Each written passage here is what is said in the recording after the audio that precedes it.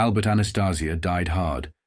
Two men in fedora hats walked into the Park Sheraton barbershop on a crisp October morning in 1957 and blew his face off while he was still wrapped in a towel. But the real killing didn't happen in that chair. It started long before, in smoke-filled rooms and whispered phone calls between men who didn't make idle threats. Everyone says it was Vito Genovese and Carlo Gambino who pulled the strings, and yes, they were there. They had the nod. But the truth ran deeper and darker. Anastasia had made enemies, serious ones, and not just in New York. He had started poking around in Cuba. That was a mistake. He was stepping on the toes of Santo Trafficante Jr. and Carlos Marcello, men who weren't just players, but bosses of empires. Casinos, narcotics, shipping, dockyards. They ran it all from Tampa to Havana to New Orleans. Anastasia cut into their heroin routes and casino stakes without asking. In that world, that was suicide. Worse, it might not have even been his idea. Gambino, who had long-standing ties to Trafficante, may have pushed him toward it. If he told Anastasia Cuba was open, that Santo would back him, it wasn't just betrayal. It was a setup.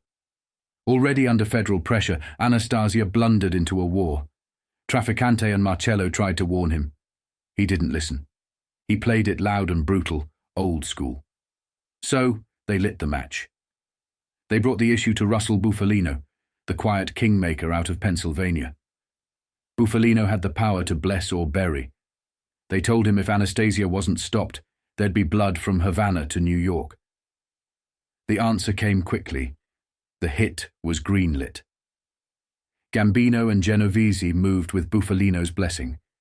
Joe Profaci funneled the shooters, Brooklyn muscle, no questions asked. And just like that, Anastasia was gone. The underworld didn't flinch. Only a few loyalists like Agnello Della Croce mourned. The rest kept moving. But the quiet didn't last. The feds noticed. Raids kicked off coast to coast. The FBI reopened cold files. Whispers turned into task forces. Costello, shaken, met privately with Tough Tony Anastasio, Albert's brother. It was the final act of an era. Gambino moved quickly to stabilize the new order.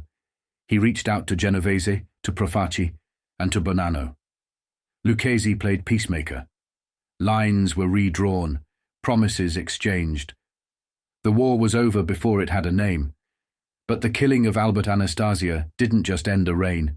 It triggered a spotlight. Investigations flared, the press swarmed, and the system began to evolve. The architects of the hit, Trafficante, Marcello, Bufalino, and others, faded back into the dark. But the message was clear. In the underworld, borders matter. And Anastasia forgot the first rule. You don't step into another empire without expecting yours to burn. When Albert Anastasia was gunned down in the Park Sheraton barbershop, the message was unmistakable. Two shooters, mid-morning, no masks, no mercy. Nobody saw a thing, or at least nobody claimed to. His brother, Tough Tony, the longshoreman king of Brooklyn's docks, was photographed in tears outside a midtown hotel. A rare moment for a man who didn't show pain in public. Minutes later, meetings happened. Quiet ones. Frank Costello, Carlo Gambino, Tommy Lucchese, the faces of the old order.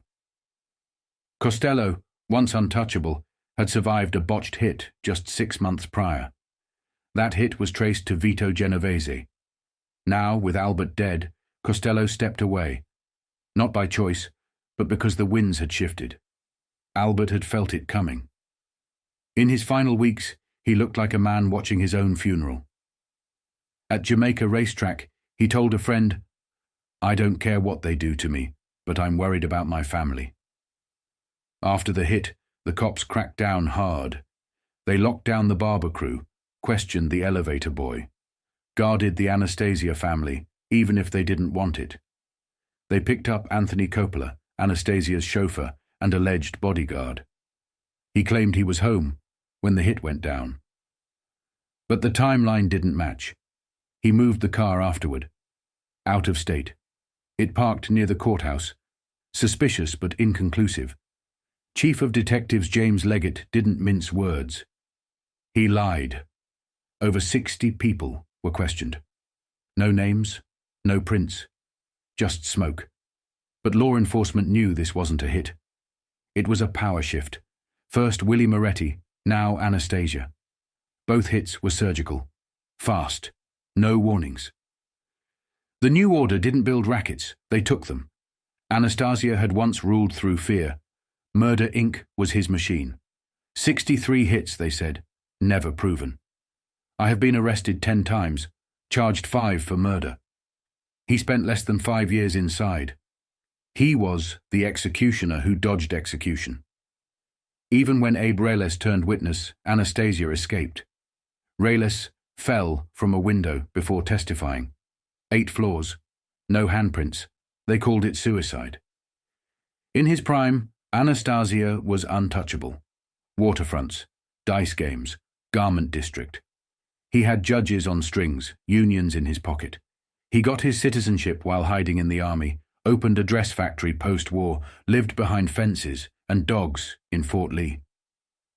But time caught up. The game had changed. The codes were evolving. Loyalty meant less. Money meant more. And when the dust cleared, one thing was certain. Albert Anastasia wasn't just killed, he was replaced.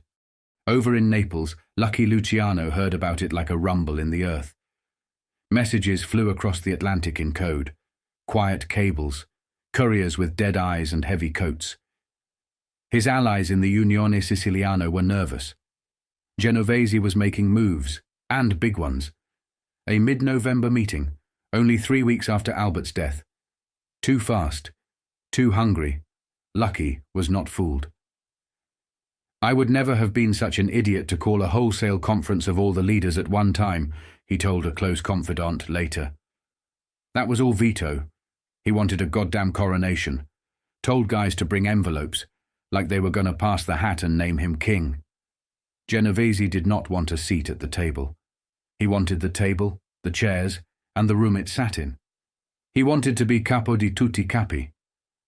But Luciano remembered what happened to the last guy who wanted that title, Salvatore Maranzano. He left in a coffin with 23 stab wounds and a bullet behind the ear. Genovese summoned everyone.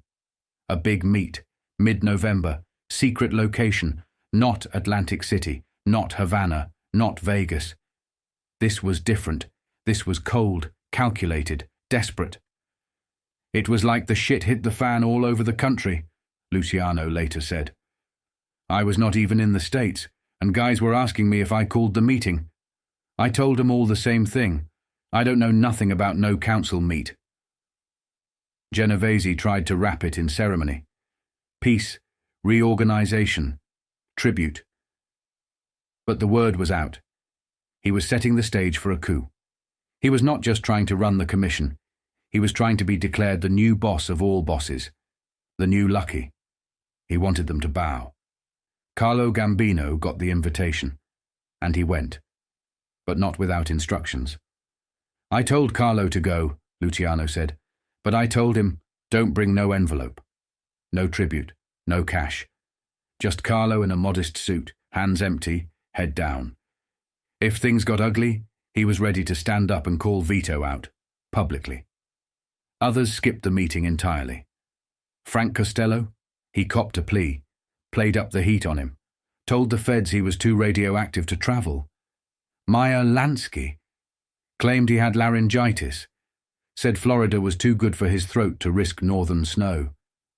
These were not sick men. They were smart men. They smelled a trap. While Vito was setting the table, Luciano was flipping pieces off the board. He met in secret with emissaries in Naples, old guards, foreign allies, and the real players from back home.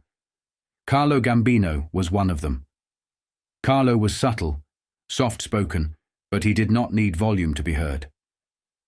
After Anastasia was gunned down, there was a gap at the top of the family. For a brief moment, Russell Bufalino held the reins, a placeholder. A move by Luciano to keep the chaos from spilling over. But the real goal was always clear. Carlo would take over. Luciano backed him. So did the commission. The real commission. Quiet. Controlled. The men who did not need meetings or envelopes. Andrew Torregrossa and Sons, 79th Street, Brooklyn.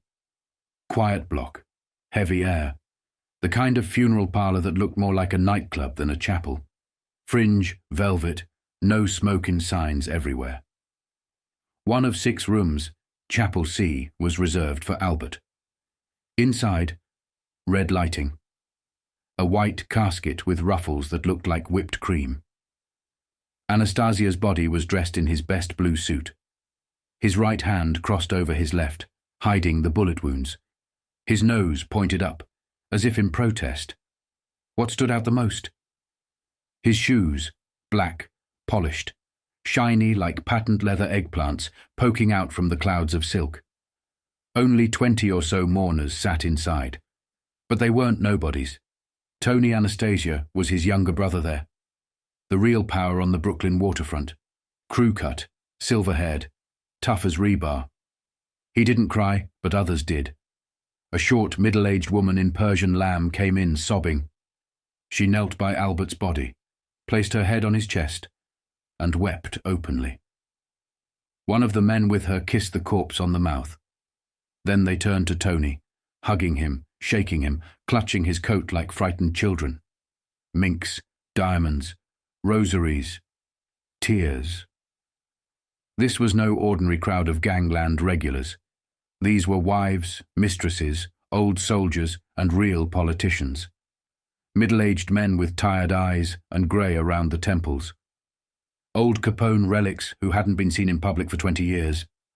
Some claimed they came for the spectacle. Others came out of fear.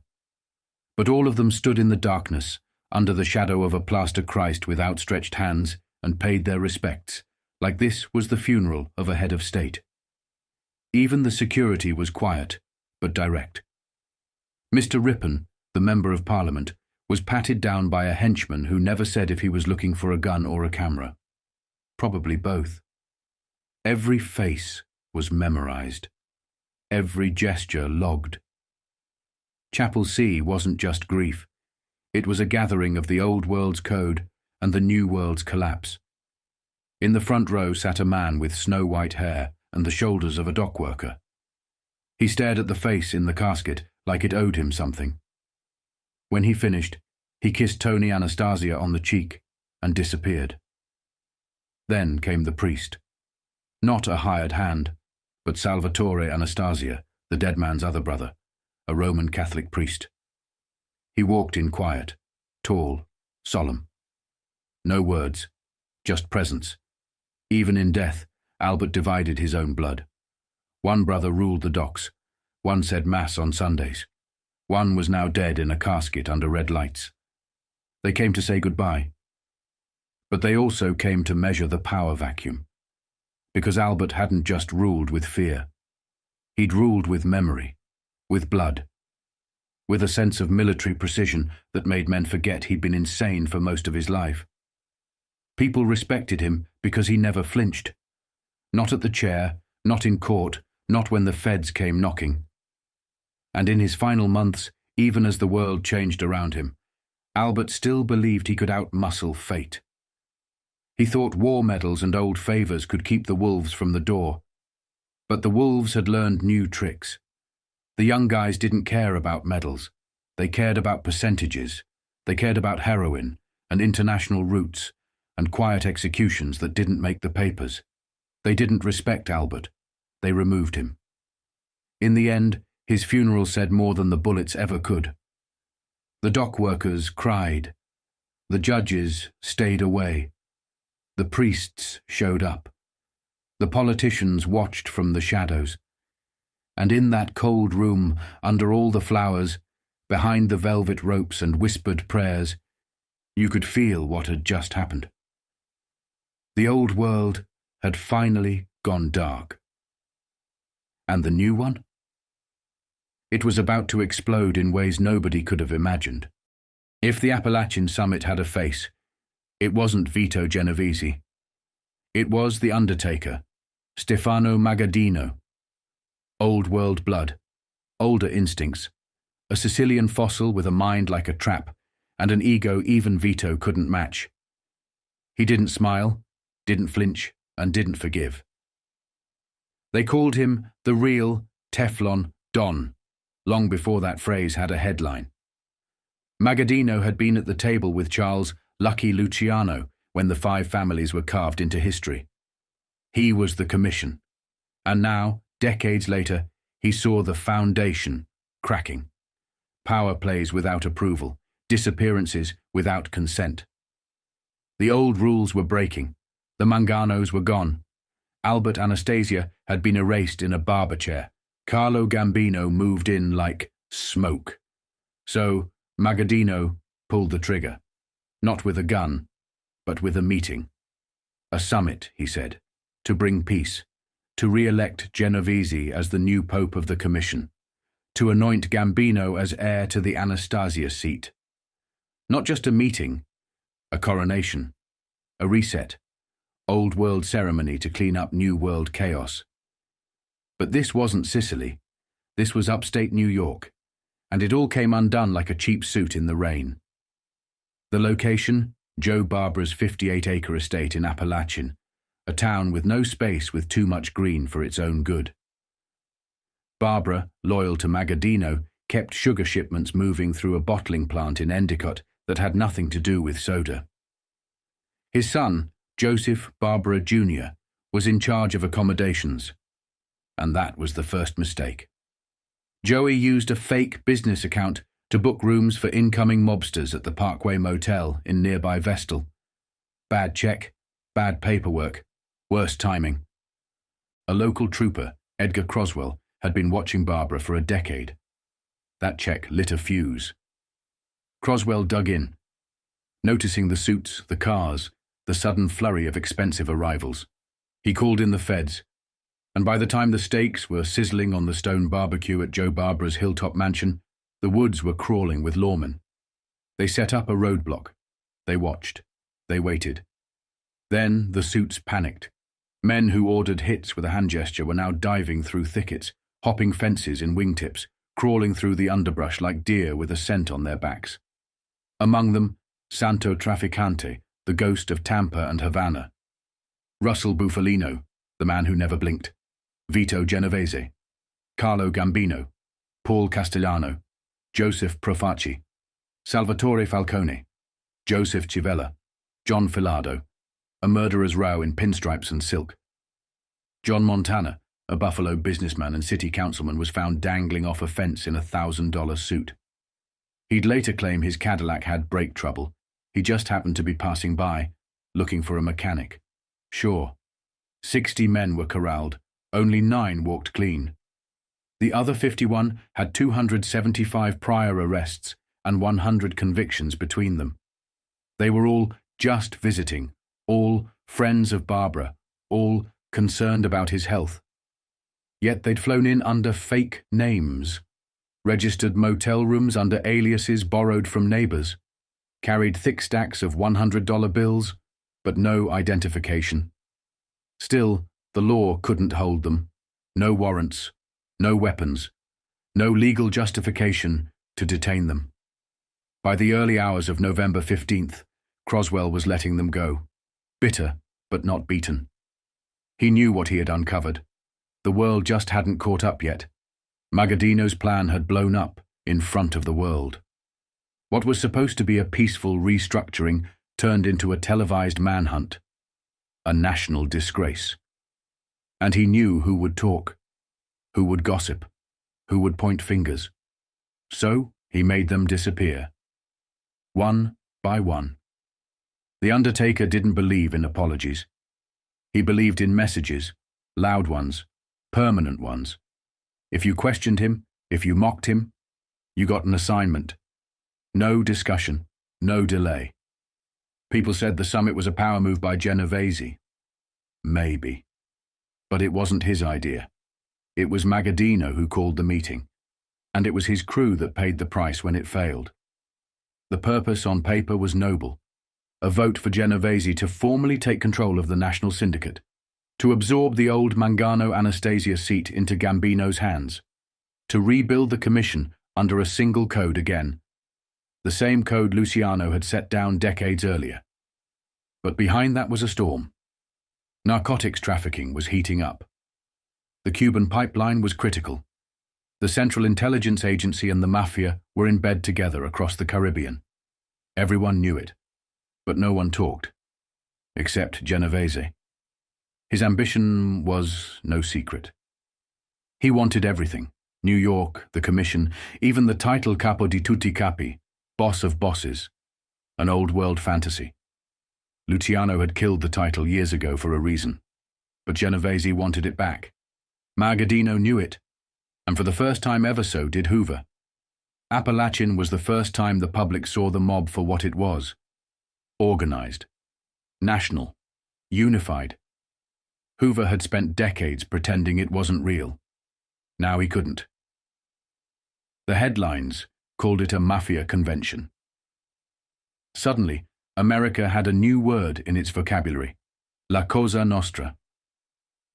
The Federal Bureau of Investigation scrambled. New York State Police launched special investigation units, the Forest Avenue Boys.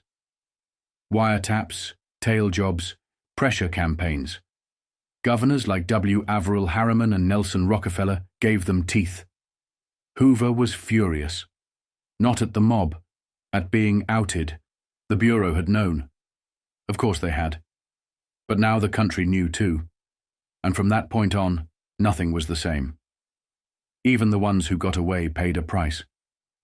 Joey Barbara Jr., the clumsy heir, got busted a day later for punching a news photographer. He'd end up in Detroit with the mob there, arrested again. This time for lying under oath about what really happened at Daddy's cookout. Russell Bufalino, smooth as always, said it was a barbecue. What's wrong with that? But he knew what the world thought, and he made sure they never found Jimmy Hoffa when it came time to tie off that loose end. Magaddino stayed quiet, brooding in his Niagara Falls fortress. He'd gotten away, barely. But his power was cracked, his name stained. He blamed everyone, and nobody. He'd ordered the meeting to keep the peace. Instead, he lit the fuse on the next war. And Genovese? The crown was his, for now. But the heat was coming, and the next chapter was already being written. They called it a cookout. Just a few old friends, some steaks, a handshake or two. Visiting a sick man, they said. Except these friends flew in from Havana, Puerto Rico, Dallas, Chicago, and New York, with $10,000 in their pockets and silk suits pressed for war. They weren't there for sympathy. They were there for succession. The host was Joe Barbara, a quiet capo with a bottling plant front and a mansion on a hill in Appalachian, New York. The guest list read like the mob's Vatican. Trooper Edgar Croswell didn't buy it. Too many out-of-state plates. Too many men with pasts, too bloody to ignore. He watched. He waited. Then he raided. By 1 in the afternoon on November 14th, 1957. The woods were crawling with federal agents and state troopers. What followed was part mob panic, part slapstick, a stampede of gangsters in cufflinks diving into bushes, running through brush like Boy Scouts who'd taken a wrong turn into a stakeout. 65 men were picked up. No guns, no dope, no ledgers, just cash, rolls of it, and lies rehearsed to the syllable. But Croswell got their names, and when the names hit the papers the next morning, America saw the Mafia for what it really was: a boardroom in the forest. Here's who they caught: Anthony Guy Guaricri, 47, Endwell, dress factory operator by day; Pasquale Patsy Torrigiano, 51, Endicott, grocery clerk and ex-convict for bootlegging; Ignatius Canoni, 32, Endwell, restaurant owner; Bartolo Guccia, 66, Endicott, fishmonger. Joseph Barbara Jr., 21, Appalachian, son of the host. Emmanuel Zicardi, 57, Endicott, shoe worker. Simone Scozzari, 57, San Gabriel, California, Sicilian immigrant. Frank Zito, 64, Springfield, Illinois. Costenzi Valenti, 31, Rochester, produce wholesaler. Frank Valenti, 46, Rochester, brother and business partner. Louis Larasso, 31, Linden, New Jersey, construction foreman. Carmine Lombardizzi, 44, Brooklyn, trading company executive. Frank Majuri, 47, Elizabeth, New Jersey, construction worker. Michelle Mike Miranda, 61, Forest Hills, automobile salesman and consigliere. James Ostico, 44, Pittston, Pennsylvania, transportation manager. Joseph Civello, 55, Dallas, Texas, food and liquor importer. Frank Desimoni, 48, Downey, California, attorney and Los Angeles family boss. Joseph Bonanno, 52, Brooklyn, retired. John Bonventre, 54, Brooklyn. James Coletti, 60, Pueblo, Colorado. Charles Chieri, 59, Palisades, New Jersey, transportation worker. Paul Castellano, 45, Brooklyn, butcher, future boss. Russell Bufalino, 54, Kingston, Pennsylvania, drapery cleaner with a long memory. Gerardo V., Orange, New Jersey, pony owner. Dominic Olivetto, 50, Camden, New Jersey. Joseph Ida, Highland Park, New Jersey, auto garage owner. Joseph Profaci, 60, Brooklyn, distributing firm owner and patriarch. Joseph Magliocco, 59, East Islip, Long Island. Salvatore Falcone, Utica. Angelo Ciandra, 33, Pittston, Pennsylvania, orchestra leader. Patsy Ciortino, 42, Auburn, bleach manufacturer. Rosario Mancuso, 50, Utica, concrete business owner. Sam Monachino, 63, Auburn, beer business owner. Patsy Monachino, 50, Auburn, beverage company operator. Salvatore Tornabe, 61, New York City, beer salesman. Joseph Rosato, 53, Union City.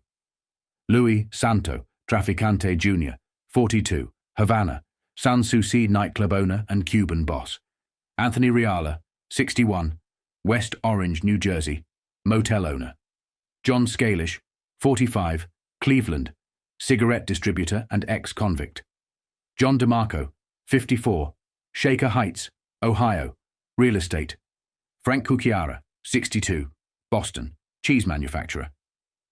Natale Evola, 50, Brooklyn, garment delivery business owner.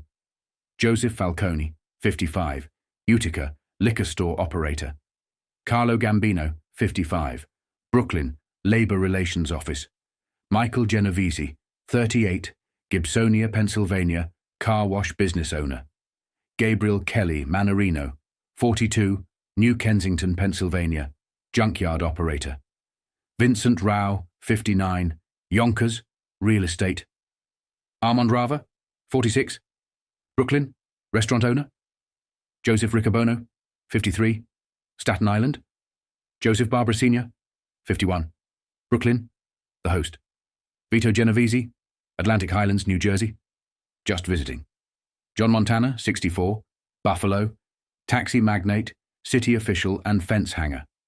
Sam Lagatuta, 58, Buffalo, house painter. James LaDuca, 45, Lewiston, Hotel and Restaurant Workers Union. Roy Carlisi, 48, Buffalo, club owner. Antonio Magadino, 60, Niagara Falls, mortician and nephew of Stefano. Dominic D'Agostino, 66, Niagara Falls, unemployed with a narcotics record. The 9 others? Not named. Chauffeurs, lackeys, errand boys. But they were there. The law couldn't charge a soul. No crime had been committed. Not technically. But everyone saw what it was. A policy summit. A power shuffle. The post-Anastasia inheritance. They'd come to carve up a dead man's empire. The biggest mistake Genovese ever made wasn't shooting Frank Costello or greenlighting Anastasia's murder. It was letting all these men gather in one place, letting it become visible, letting the real mafia come out of the shadows and into the headlines. Appalachian became Hoover's public justification. It became Congress's new obsession. It launched the modern mafia task force era. The mob never operated the same way again, and the next hit wouldn't come from a Tommy gun in a barbershop. It would come in a courtroom, with cameras.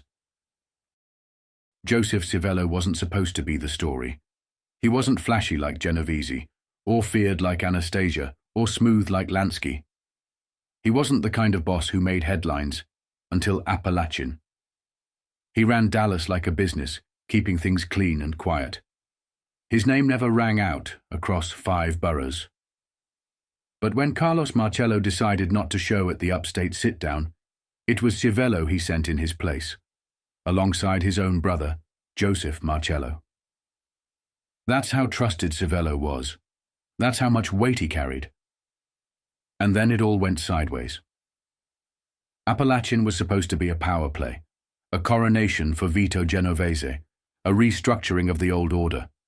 But instead, it blew open the myth that America didn't have a mafia. Before that day, any talk of a national syndicate was something for pulp magazines or late-night bar talk.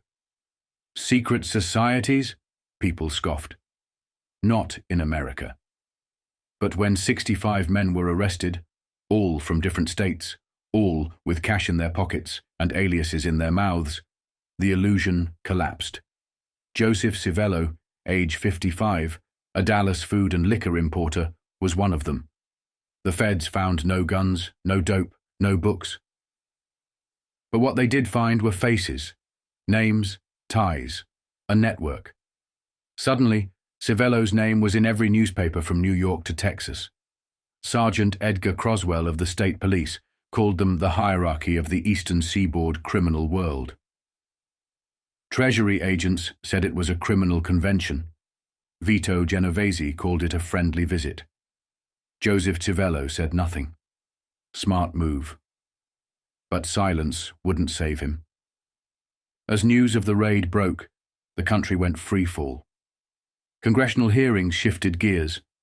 The McClellan Committee, already chasing union corruption, got a boost of pure gasoline. This wasn't just labor anymore. This was the mob. Suddenly every man at Appalachian, even those who kept their noses clean, were radioactive. Back in Dallas, Civello had no record that screamed crime boss. But law enforcement knew better. His name had been whispered in a 1937 narcotics case. He was clean then, barely, but the feds remembered. Now he was front-page material. He'd been tied to liquor, import-export, and allegedly heroin. He was said to be the man in Dallas. Carlos Marcello, who hadn't attended, began to feel the heat too. The press started circling, phones were tapped, doors knocked. Even those who skipped Appalachian were now under the spotlight. It wasn't just the attendees anymore. It was everyone connected to anyone on that list. On January 21st, 1958, the real Joseph Civello was served a subpoena to appear before a federal grand jury in the Southern District of New York. He packed a bag, left Dallas quietly, and flew to New York. His name was now fully entangled in a national racketeering probe. They were digging into everything: trucking, garment rackets, gambling, drugs.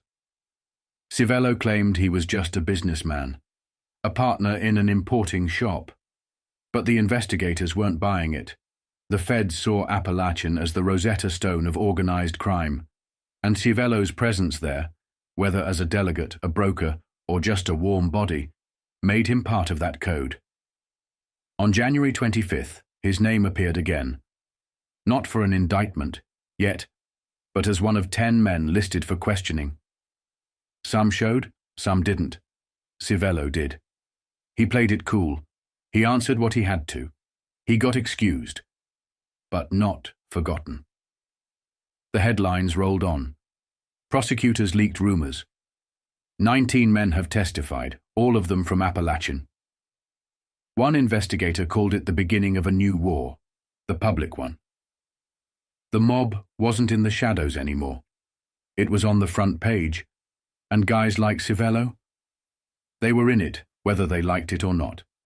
Gambino came up from Brooklyn with Paul Castellano, Salvatore Charlie Chiri, Frank Cucchiara, Carmine the Doctor, Lombardozzi, and Joseph Staten Island Joe Riccobono. If Appalachian was the mafia's version of a G7 summit, this crew was the advance cabinet. Capos, consiglieres, enforcers, trusted men. But not all were safe. One of the big items on the table was what to do about narcotics. Gambino had made it clear, both in private conversations and coded messages passed through middlemen. He wanted to purge his family of the drug dealers. Quietly. Permanently. He knew narcotics would get them killed, not by bullets, but by indictments. The laws were getting tougher, and the new federal task forces were growing teeth. You get pinched for heroin. That wasn't just a problem. That was a death sentence. If nobody knows your secrets, nobody can do you no harm. That was the mantra. If you got caught, you were dead. Not later, immediately. It didn't matter who you were. That was going to be the rule. And it wasn't just Gambino thinking that way. Lucchese was quietly moving in the same direction. So was Genovese, despite his hypocrisy. Narcotics had brought too much heat, and too many rats. It wasn't worth the profit anymore. And for guys like Gambino, who already had a grip on labor, construction, Wall Street, and the garment district, there were other ways to make a fortune. If the meeting had gone uninterrupted, Carmine Lombardozzi wouldn't have just faced a mafia court in Joseph Barbara's 4-car garage. He would have been executed in it. The doctor had gotten too flashy with his Wall Street rackets, too greedy, too independent. He had pulled stock scams, financial hustles, and laundering operations worth millions. Normally, that was rewarded, but he had crossed too many lines, and Genovese had him on a list. A real list. Lombardozzi was facing a death sentence at Appalachian, but Gambino stepped in. He argued that Carmine's financial talents were worth more alive than dead. A compromise was made. The court, the real one, not the feds, commuted his sentence to a $10,000 fine. And just like that, Carmine lived to steal again. But if Appalachian had gone uninterrupted, that fine would have been paid in silence, without a single reporter knowing. No raid, no headlines. Just one more invisible decision in the invisible world. Another major item on the agenda, promotions and demotions. Gambino had plans. Castellano was rising.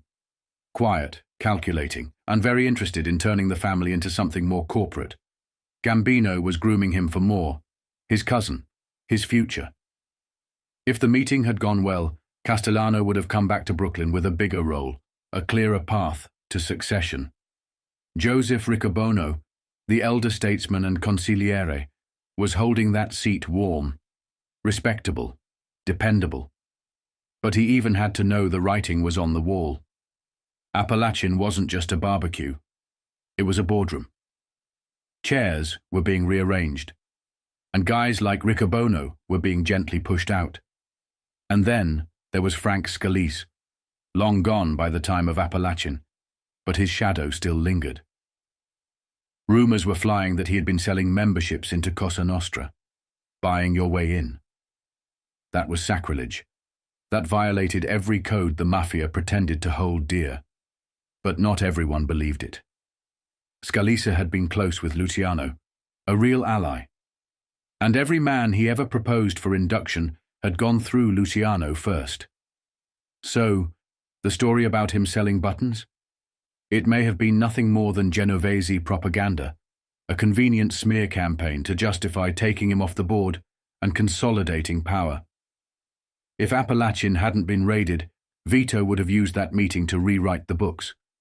Promotions, demotions, accusations, all swept under the rug once the votes were cast, and the new titles were printed in blood. And then there was Cuba. Another bullet point on the agenda. What now? The fall of Batista was bleeding the mob dry. Havana had been their paradise. Casinos, heroin pipelines, offshore accounts, blackmail photos, military protection. And all of it was going up in flames. With Castro's rise, Cuba was turning red, and not the kind of red that brought in roulette profits. Millions of dollars vanished overnight. Luciano, Lansky, Trafficante, all of them took losses. And to make up for it, some of the old-timers turned back to heroin, even the ones who said they never would, because the numbers didn't lie. Gambling, garbage, labor, vending machines, nothing paid like dope. And they were losing too much. That was why narcotics couldn't be banned entirely, even if guys like Gambino wanted it. It was the one racket that kept the coffers full when everything else was burning. That contradiction, we can't live with it, we can't live without it, would haunt the families for the next 30 years. So what would have happened if Appalachian hadn't been raided? Simple. Genovese would have been named boss of bosses without question. Gambino would have expanded his control and begun reshaping his family for the next decade. Castellano would have been fast-tracked. Scalise's enemies would have rewritten his legacy. Carmine Lombardozzi might have paid his fine in silence, or still ended up dead. And the Mafia, as a functioning board of directors, would have restructured the underworld in broad daylight, under the illusion of brotherhood and barbecue. But the troopers came, and one afternoon the masks came off. Appalachian didn't just stop a meeting, it broke the code. It exposed the network, and every man who made the trip that day had his face frozen in history, including Gambino, the man with the bad heart who walked away untouched and more powerful than ever. Before the bullets tore through Albert Anastasia's body in a hotel barber chair. Before Frank Costello took one to the head and lived. Before Frank Scalise was gunned down in a Bronx market, Lucky Luciano had hope. It was January. A fresh start. He wasn't thinking about blood. He was thinking about visas. Luciano had been grinding for a way back into the country. The man who once ruled Manhattan's underworld was trying to go legit, on paper anyway. He'd swapped narcotics for wheat exports in Italy. Not rye, not rackets. Wheat. And he wanted to go in. Home. The United States. He and a crew of deported wise guys sent a petition straight to President Dwight Eisenhower. They pleaded for mercy, for a second chance, for a signature. The White House never responded. Maybe some clerk kept it as a souvenir. Either way, the petition never reached the Justice Department. Lucky's name was still poison.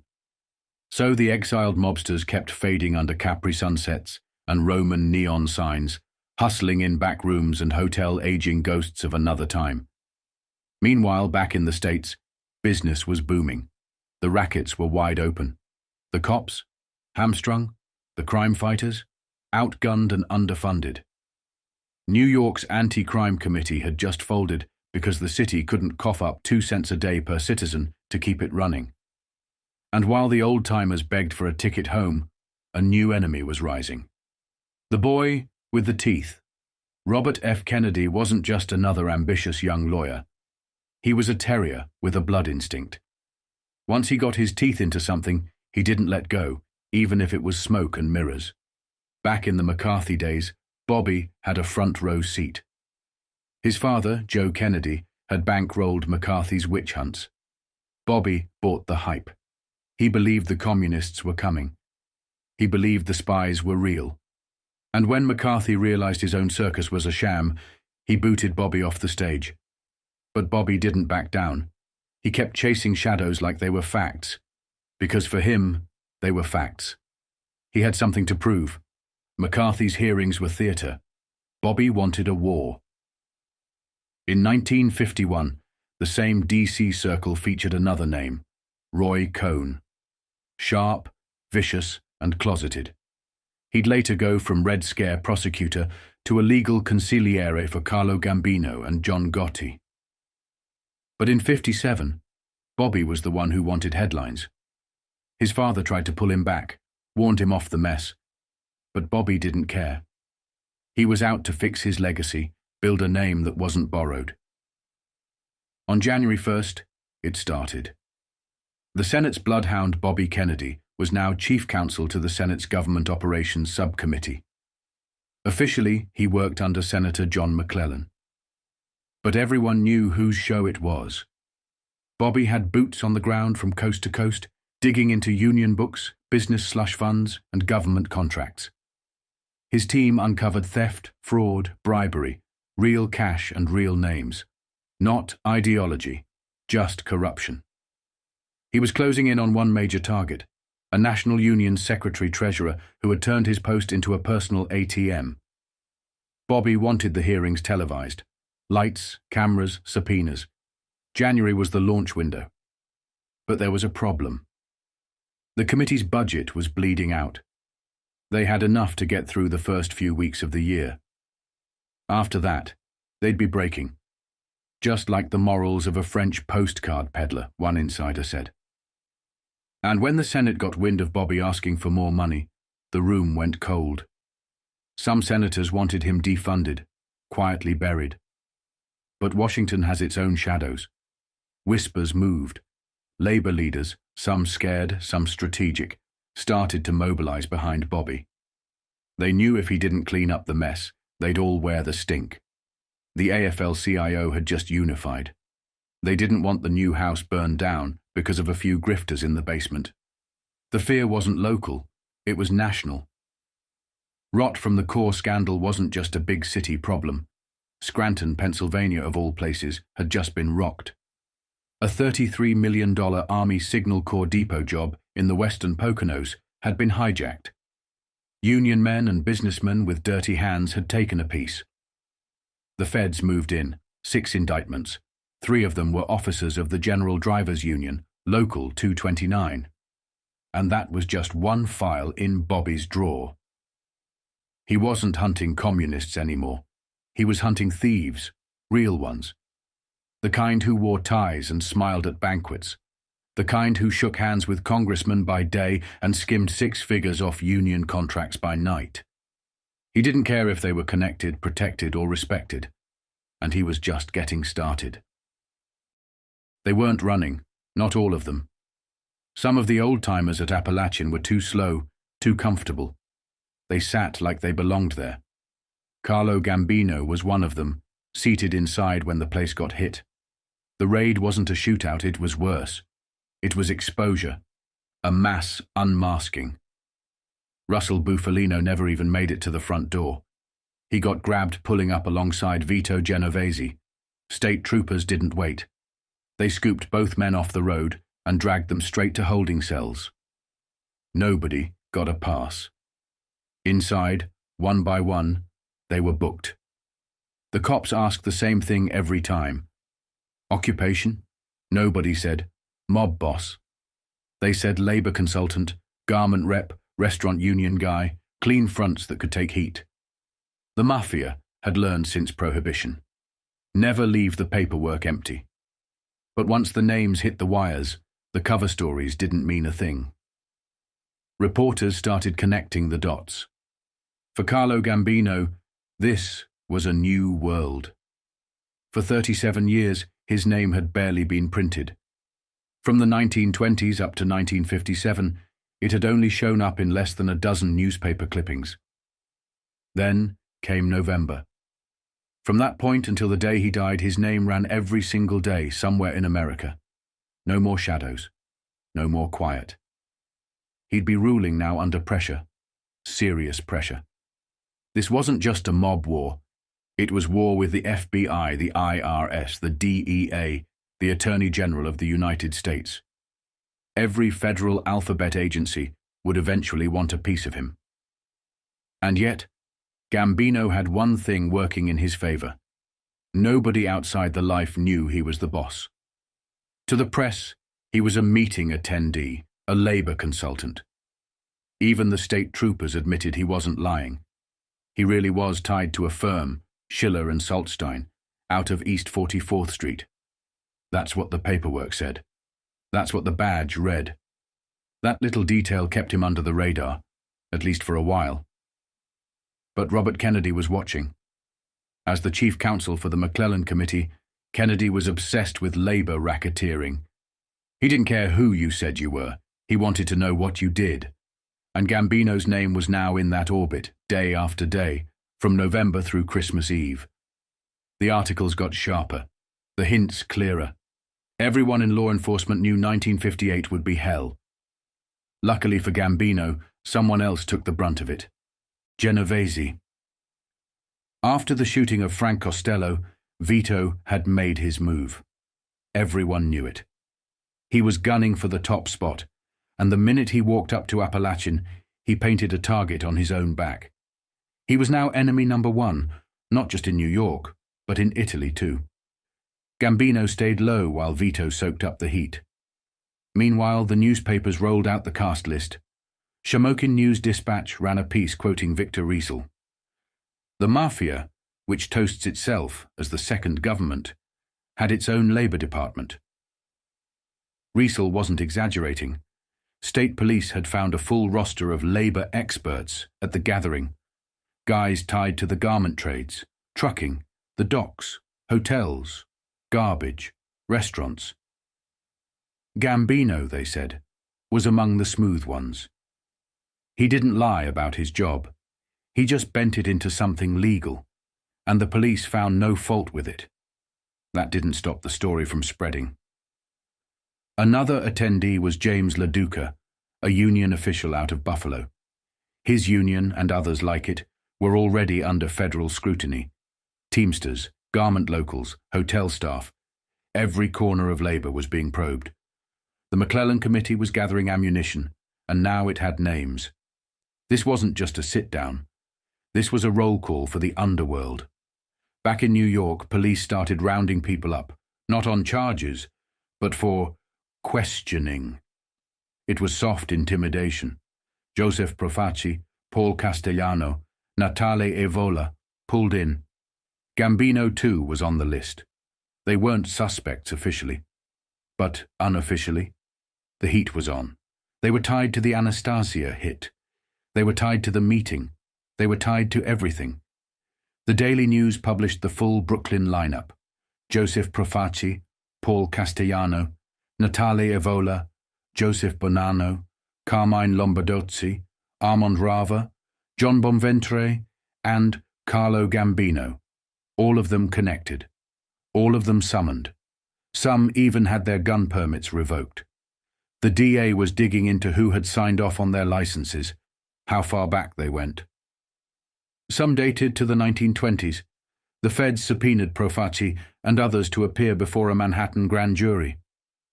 Genovese got called to Trenton with 3 more Appalachian names. When they showed up, they played dumb. They didn't even acknowledge each other in the courthouse hallway. Mob rules, deny everything, forget everyone. Meanwhile, Suffolk County indicted Frank Casino, an underworld heavyweight tied to both Costello and Anastasia, for contempt. They said he'd stonewalled their investigation into gambling and protection at a Montauk casino. They'd brought him in multiple times. Every answer was a joke. Now they were done asking. From the moment the Appalachian story hit, Kennedy smelled labor ties, the kind that could take down more than just wise guys. The Senate Rackets Committee, with Kennedy as its pitbull counsel, started digging. They wanted to know what labor had to do with this meeting, and who inside the unions was standing next to the mob. They didn't have to look far. Carlo Gambino was on their radar immediately. Brooklyn-based, clean record, and listed as a labor consultant with SCS Associates.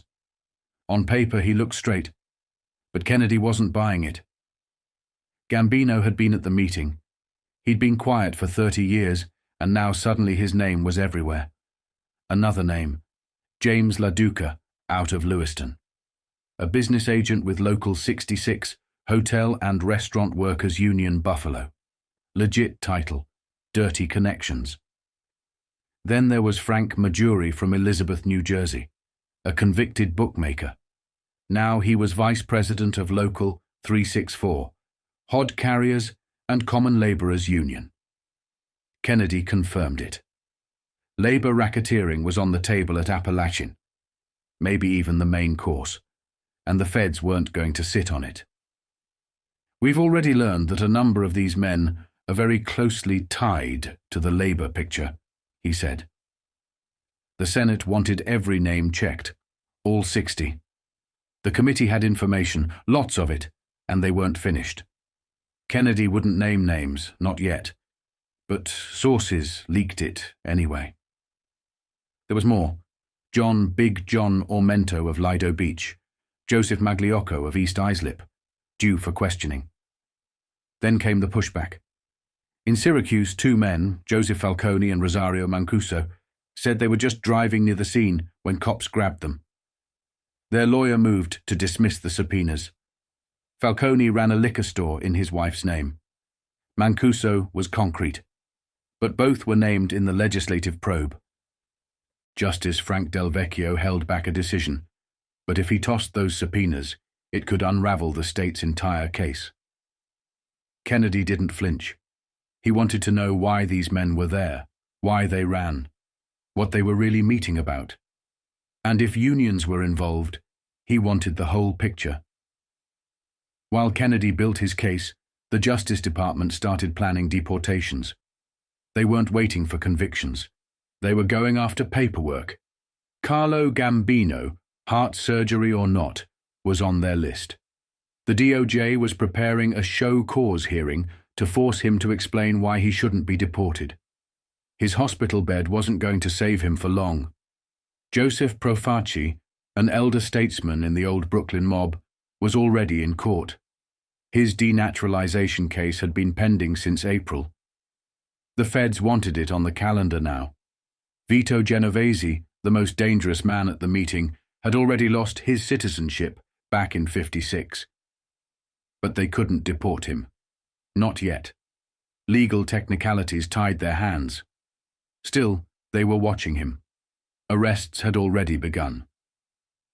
Rosario Bufalino got picked up in Pittston, Pennsylvania, for failing to file his address. He said he was born in the US. In truth, he was Sicilian. 8 arrests in New York, no convictions. Textile business cover. Real mob resume. Then the feds started looking at the union ties harder than ever. Kennedy zeroed in on the Hotel and Restaurant Workers and Bartenders International Union, one of the last untouched giants. James LaDuca was a direct link. Kennedy wouldn't name the union outright, but the trail led straight to it. He called it a pattern, said a dozen guys from Appalachian were tied to labor management activity. His team was now looking into New York, Philly, Chicago, Miami. The map was expanding, fast. Gambino. To the world, he was just another labor consultant. To Kennedy, he was the linchpin. A quiet man with no convictions, no headlines. Until now. He had stayed under the radar for 3 decades. But that was over. Kennedy was building something bigger than just hearings. He wanted indictments, deportations, sweeping reforms. He wanted the system ripped open and exposed. And Appalachian had given him the blueprint. Carlo Gambino wasn't built like the men who came before him. He didn't swing an ice pick like Anastasia or bark orders like Genovese. He whispered, he waited, and when the game shifted, he made his move. By late '57, he wasn't just a player anymore. He was a problem solver, a survivor. And Lucky Luciano noticed. Luciano, exiled in Naples, was watching it all unfold. Carefully, bitterly. The organization he had built from blood and rackets was unraveling back in the States. The structure still stood, but the wrong people were trying to climb it. And the man causing the most chaos was Vito Genovese. He never learned, Lucky said. Always put his greed ahead of his common sense. Genovese wanted to be king. But kings don't panic. Kings don't expose the outfit to federal heat. Luciano saw it clearly. Genovese had gone from asset to liability, and Gambino, he was the quiet one, the one who listened more than he talked. Luciano saw something in him, cunning, patience, a kind of cold instinct that couldn't be taught. Gambino understood the position he was in. He had backed Genovese when it suited him, but now he was being dragged under by association. The timing was dangerous. Unions were being scrutinized. Names were leaking. The FBI, IRS, Senate, even immigration were lining up to break bones. He needed air, and he needed cover. He also knew where the real power still lived. Naples. Luciano. Gambino made the approach carefully, indirectly. At first it was nothing formal, just signals. But when Lucky saw the way Gambino moved in the aftermath, how he pulled his people close, let others take the fall, and never raised his voice, he knew. Luciano had his own problems. Igea, the woman who'd been with him for over a decade, was sick. Lumps in the breast, uncertainty, fear. She tried to stay strong, but Lucky knew what it could mean. And the idea of losing her while watching the empire burn from 4,000 miles away was tearing him apart. Still, the business couldn't wait.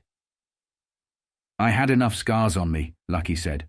If I could have taken that one for her, I would have done it drinking coffee. Then he had an idea. Not a hit, not a war setup. Vito had always tried to frame Lucky, paint him into corners. Now Luciano would do the same, but cleaner, smarter. The plan? Make the feds take Vito down with a federal narcotics charge. Something heavy, something with teeth. No parole, no influence. A 15-year ghost sentence. He first looped in Costello and Lansky. Once the scaffolding was in place, he reached for the final piece. Gambino. We met in Santa Marinella, Lucky said. Carlo had all the actors lined up. He didn't even flinch.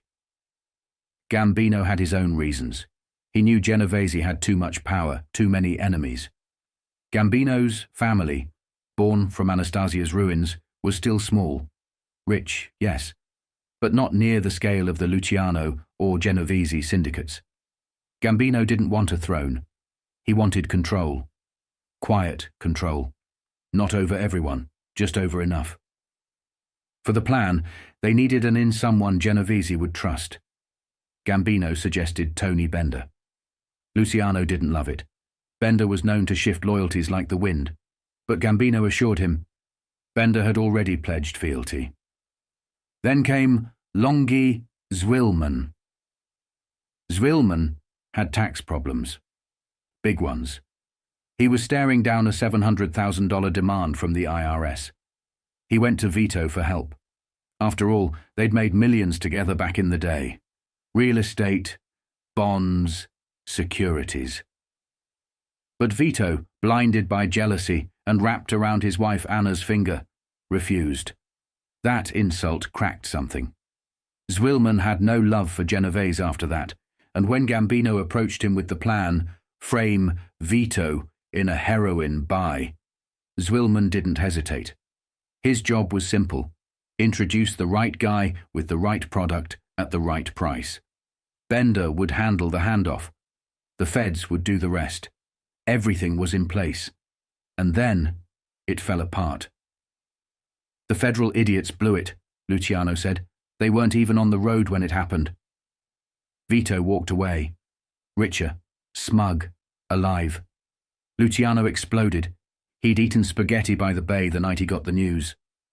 Now he was vomiting it into a toilet in Naples. Rage, regret, failure. He sent word to Gambino. This was your play. You fix it. And Gambino didn't argue. He made the call. Bender gets iced. No second chances. No more weak links. Luciano wasn't angry at Gambino. He was impressed. Gambino hadn't cracked under pressure. He didn't whine. He adjusted. Luciano saw a rare quality: discipline. Gambino wouldn't rule like Vito. He would rule like a banker, not a butcher. Costello saw it too. He gave his backing, quiet, dignified, but full of weight. With Costello's support and Luciano's blessing, Gambino became inevitable. Luciano saw it coming. The setup against Genovese was unfolding just like he figured it would. But as the chessboard moved, his attention shifted. His wife, Igea, was changing. The light in her eyes, the humor, the strength, was fading. Pain had taken its place, and the lumps in her breast were back. So, he took her himself to Dr. Mattioli. No bodyguards, no intermediaries, just him and her. He sat in the exam room while the doctor poked and prodded. Igea winced. The pain was real. Mattioli played it softly for her sake. "Just some bumps," he said with a smile. "A quick hospital visit, nothing to worry about." But when she stepped out, the smile disappeared. "She's got cancer, Charlie," Mattioli said flatly. "It's bad. We waited too long." Luciano froze. "You sure?" "Number. But the signs are all there.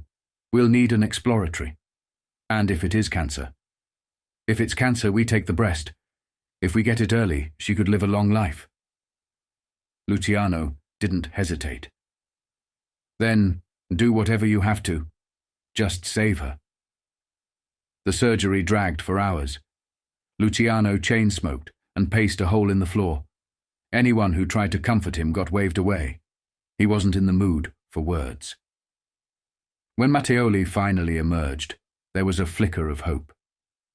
"She made it. We took the breast. We think we got it all." Luciano sat beside her in recovery. Pale, unconscious, her face barely there. He stared at her and felt the guilt set in like concrete. Was this my fault? 10 years ago, I pulled her into my world. When she finally stirred, groggy from the drugs, he lied. Said she'd be fine. Said it was over. But when she came again and saw the bandages, she knew. "They took my breast," she whispered. He nodded. "I have cancer, don't I?" Luciano couldn't speak. She started to cry. Back at the penthouse, she changed. Withdrawn. Cold. She wouldn't let him touch her. Luciano was desperate, saying all the right things, but none of it worked. Then the newspapers picked it up. Stories about the woman who stood by Lucky Luciano. Italy responded. Flowers, letters, gifts. People he'd never met flooded them with compassion. For once, they weren't looking at the gangster. They saw the man. And they saw her. One of the letters reached a powerful lawyer in Rome, Giovanni Passaggio, a legal mind with ties everywhere. He came forward, unsolicited, said he wanted to help, said Luciano was being smeared by the Americans, the police, everyone. They met in Naples the next day. Giovanni used his network to dig deep. He confirmed what Luciano already suspected. The Americans were squeezing him hard. Even the Naples magistrates had received pressure to haul him in. Giovanni stepped in as counsel. "I couldn't believe it," Luciano said. "This guy, one of the biggest legal brains in Italy, and he came to me." On February 24th, Luciano faced a tribunal, Judge Zanotti on the bench, flanked by police brass. The questions came on rapidly. His business, his friends, his nightlife. The judge didn't hide his disgust, said Luciano's visits to racetracks and nightclubs were beneath the dignity of a man of good character. They floated exile. Giovanni pushed back, said Luciano was a changed man, that he sent medical supplies, ran a company making school gear, and helped build a clinic. Not a kingpin, just a guy trying to live. The judge wasn't buying it. Not yet. Luciano turned to Giovanni. "You think they'll ever leave me alone?" The lawyer smiled. "Be patient," he said. "We're just getting started." The investigation dragged for a month. When it ended on March 23rd, the tribunal admitted they had nothing. No rackets, no murders, no drugs. Just a man with modest income and loyal friends. They ruled. Luciano was a free citizen, living a regular life with no grounds for censure. He didn't celebrate. Igea was still sick. He took her to Capri, to their little house by the sea. It was supposed to be a break. Then one morning she cried out, holding her right breast. More lumps. Same fear. Luciano rushed her back to Naples. The doctors told him what he already knew. They had to remove the other breast. The cancer had spread. 4 places. It was terminal. How long? He asked. Maybe a few weeks. A couple months if we're lucky. Luciano brought her home. Matteoli came every day. Did everything to kill the pain. The morphine barely worked. Friends, real ones, old mob guys and deportees, crammed into the apartment, praying with Father Scarpato. Guys with rap sheets and blood on their hands cried like kids. Sometimes, when the pain let up, Igea smiled, told Luciano to go out, to live. He never did. Not for long. She only wanted to talk about what would happen to me after she died, Luciano said, like a knife. In the summer, she asked to see Giovanni again. When he came, she asked him to arrange for Luciano to live in Milan with her family after she was gone. Luciano told her he couldn't imagine life without her. She made him promise to bury her in Milan, in the family plot at Musocco. He agreed. In September, she fell into a coma. Luciano sat by her side around the clock. On the morning of the 27th, she came out of it for a moment, looked at her father, then turned to Luciano and whispered, "Caro mio." My dear. That was it. She died at 37. They buried her on October 1st in Milan. Luciano walked behind the black-plumed hearse in the rain, past a sea of roses. In her coffin, she wore her wedding band. A silk embroidery across her chest read, "Charlie." After the burial, everyone left. Luciano stayed alone by the grave. Back in Naples, the house was silent. Just him, the housekeeper Lydia, and their 2 little dogs. The dogs kept looking for her, running from room to room. Then, suddenly, flowers started arriving. Bouquets from men who hadn't picked up the phone in months. Envelopes with cash, notes with condolences. Gambino sent a man personally. So did others. Quiet gestures from powerful men in the States and Sicily. Word had finally spread. Gambino had heard Igea was sick, but never knew how bad. Same with the others. Now they came through. Too late. Luciano opened the envelopes, saw the names, and counted the money. It turned his stomach. Where was this when it mattered? When she needed cobalt therapy, when the pain was unbearable, when the morphine wasn't enough, he could have used it. But he hadn't asked, not directly. He couldn't. Not in that world. Going to the mob in Italy, even to his old boys, and begging for help would have been a public admission of weakness. He wasn't asking for himself, and they knew it. He was asking for her, and they didn't come. Now, with her dead, they were showing up, throwing money like it made up for the silence. It didn't. It just made him bitter, angry. He resented every flower, every envelope. Every dollar was a reminder they let him down. And the more he thought about it, the more he seethed. Vito Genovese, the man who had stolen his name, his country, and now, in a roundabout way, his last chance at peace. Luciano had always wanted him gone. Now he wanted him dealt with, permanently. "Bury him," he said once, low and cold to someone close. "The same way I buried her." Gambino never left loose ends. When the first plan fell apart, when Bender flinched and Vito walked away from the sting untouched, Luciano blew up. He told Carlo to clean up the mess. Fast. But Gambino didn't panic. He pivoted. He always had a second plan. This time, the lever wasn't a button man or a broker. It was Nelson Cantelop's, a smooth-talking Puerto Rican with a past full of shadows, connected to Sam Giancana in Chicago, tied to Meyer Lansky by money and whispers, and more recently, quietly circling in New York's underworld. Cantalopes was a professional liar, a courtroom actor, the kind of witness who could say what needed to be said and survive long enough to testify. Of course, we had to grease him pretty good, Luciano later admitted. 100 grand in cash, half from Gambino, half from me. Lansky funneled it. Costello covered my end. That was his way of making sure that fat bastard Gigante went down with Vito. Cantalopes didn't just finger Genovese. He tied in Carmine Galante, Big John Ormento, and Vincent the Chin Gigante, the young buck who had walked away clean from the Costello shooting just months earlier. He even tossed in a few others for weight. It didn't matter that he'd never seen Genovese in person before the trial. What mattered was the story stuck. He said he watched Vito make buys. That was enough for the press, enough for the feds, enough to get a grand jury moving. Gambino tried to widen the net. He wanted Tommy Eboli named too. Vito's muscle, a future problem. Cut the roots before they grow. But Luciano pulled back.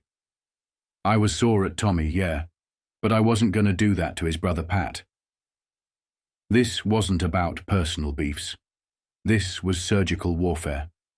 While the press thought the government was finally getting smart, it was actually Gambino and Luciano pulling the strings, using the system to do what bullets couldn't. Genovese would go down not in a blaze, but in a suit and tie, flanked by federal agents. The world never saw it coming. July 8th, 1958. Headlines screamed what Gambino had already known for weeks. Suspected mafia chief, gang boss nabbed in US, major crackdown. There he was, Vito Genovese in cuffs. Next to him, Vincent the Chin Gigante, former boxer, hitman, rising star. The indictment had been sealed until the night before. Now it was open season. Federal agents hit Vito's house in Atlantic Highlands, New Jersey.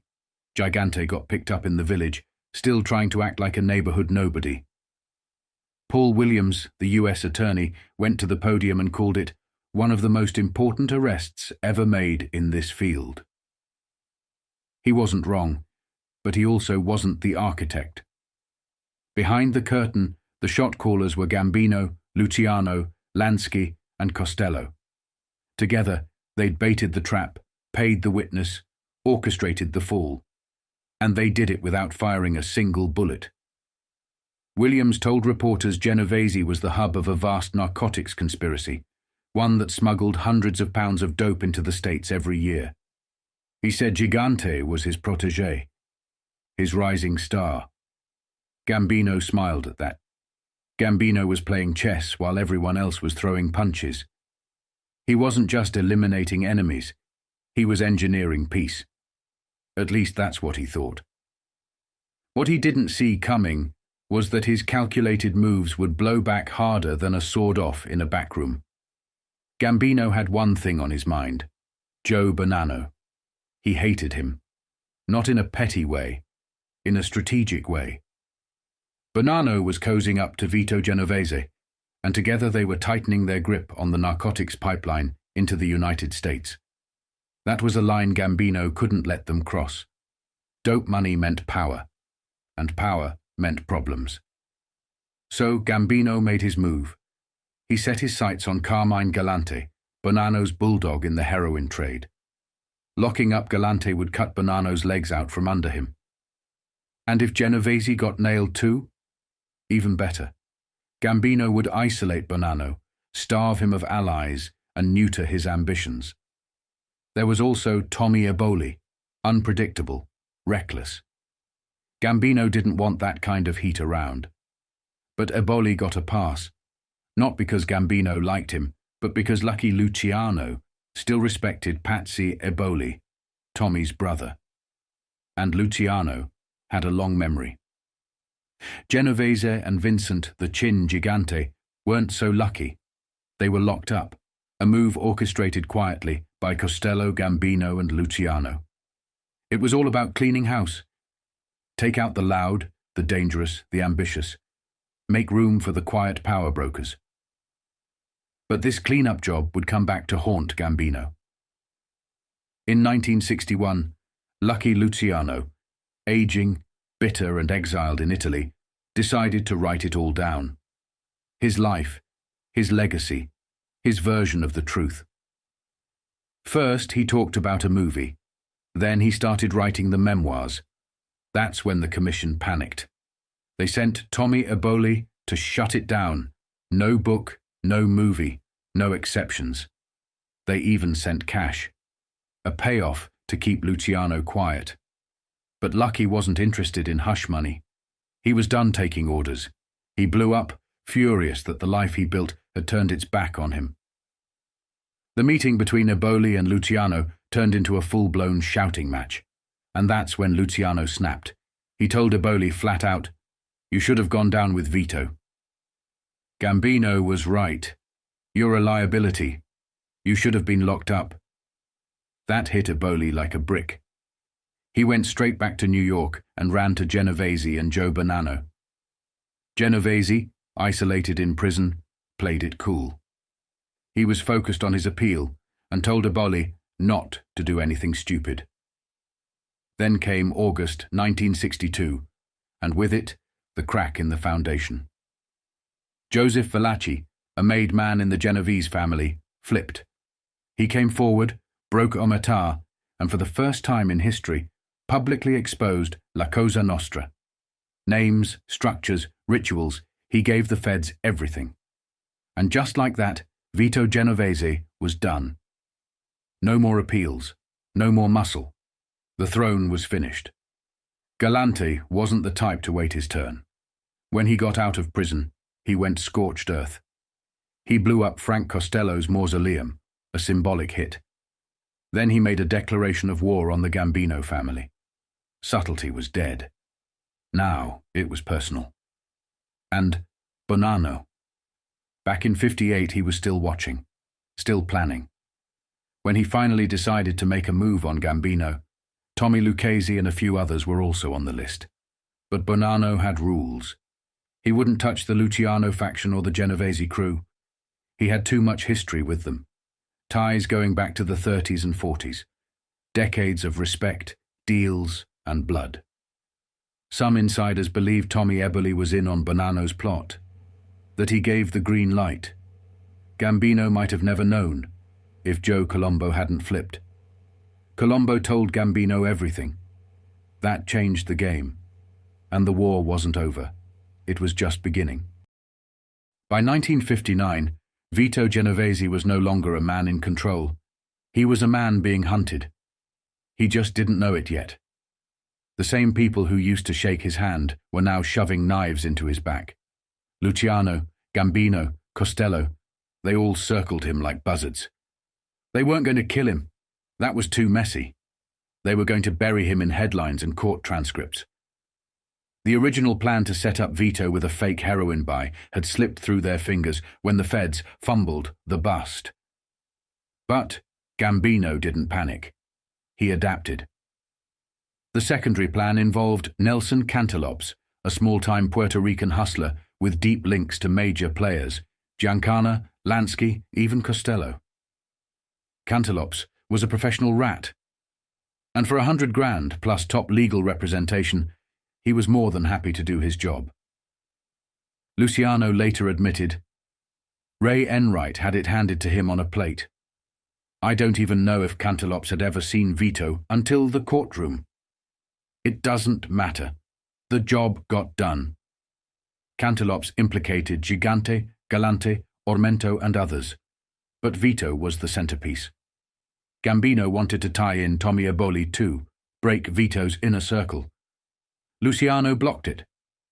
"Tommy's trouble," he said, "but I won't do that to his brother Pat." That's how the game was played, not by principle, but by calculated exception. By January 1959, Vito Genovese's federal narcotics trial began. The media circus exploded. Juror selection dragged. Motions were filed. Judges sparred with attorneys. Behind the court drama, the real operation ticked like a watch.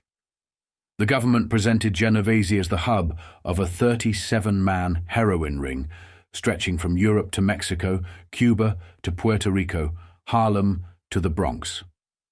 The names dragged into the case: Vincent Chin Gigante, John Big John Ormento, Carmine Galante, made it clear. This wasn't just a drug case. It was a power play against the entire mafia hierarchy, and every headline was another nail in Vito's coffin. The Fifth Amendment became a script. Gigante took it. Ormento took it 250 times. The courtroom turned into a farce of silence.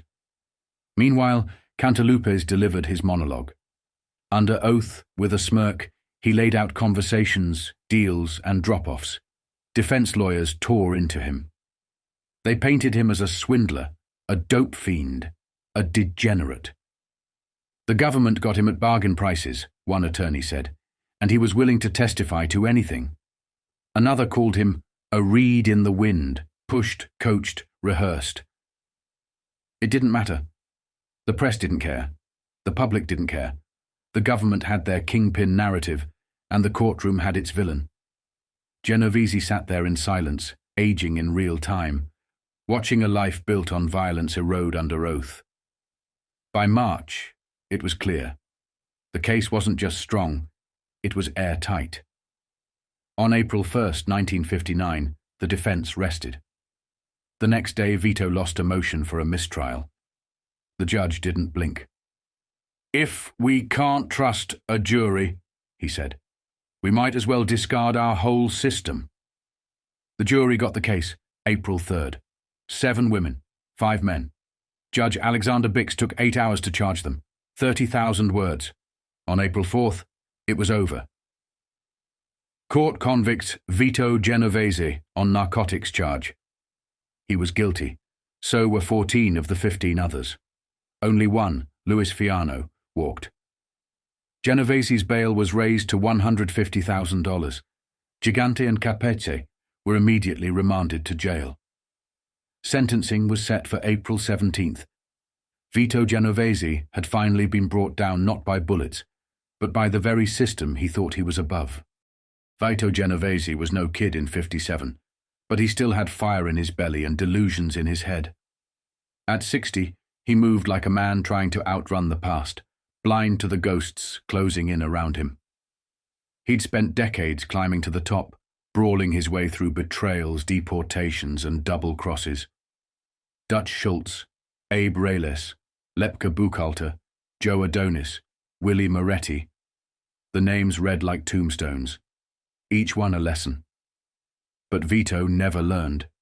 He wanted the crown, and Apalachen was supposed to be his coronation. Instead, it became his curse. By 1959, the syndicate was tired. The bosses were dodging subpoenas like bullets, and the press had the scent.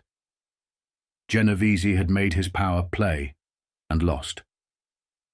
What came next wasn't a vendetta. It was a slow bleed.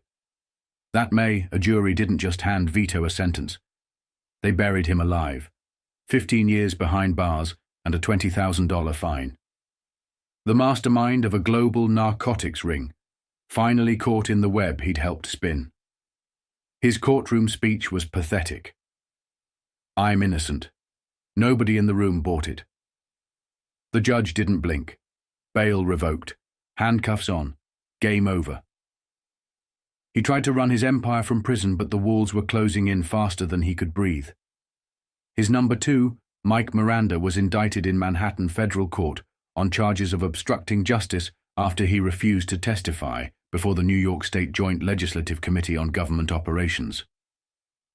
He invoked the Fifth Amendment 32 times, leading to his arrest and detention. However, he was released later that year, after receiving a presidential pardon in November 1959. His crew was getting picked off one by one, and any time he tried to organize a sit-down, the cops were waiting with subpoenas and handcuffs. One of those sit-downs, his attempt at salvaging control, turned into a joke the press dubbed the poor man's Appalachian. It was a desperate little huddle in a Brooklyn luncheonette, interrupted before the coffee got cold. 23 guys were pinched. Not the heavyweights, but the errand boys. Still, they were key men, trusted, emissaries. The meeting wasn't supposed to be flashy. It was supposed to be strategic. A quiet recalibration. Instead, it became an embarrassment. And the heat wasn't just local.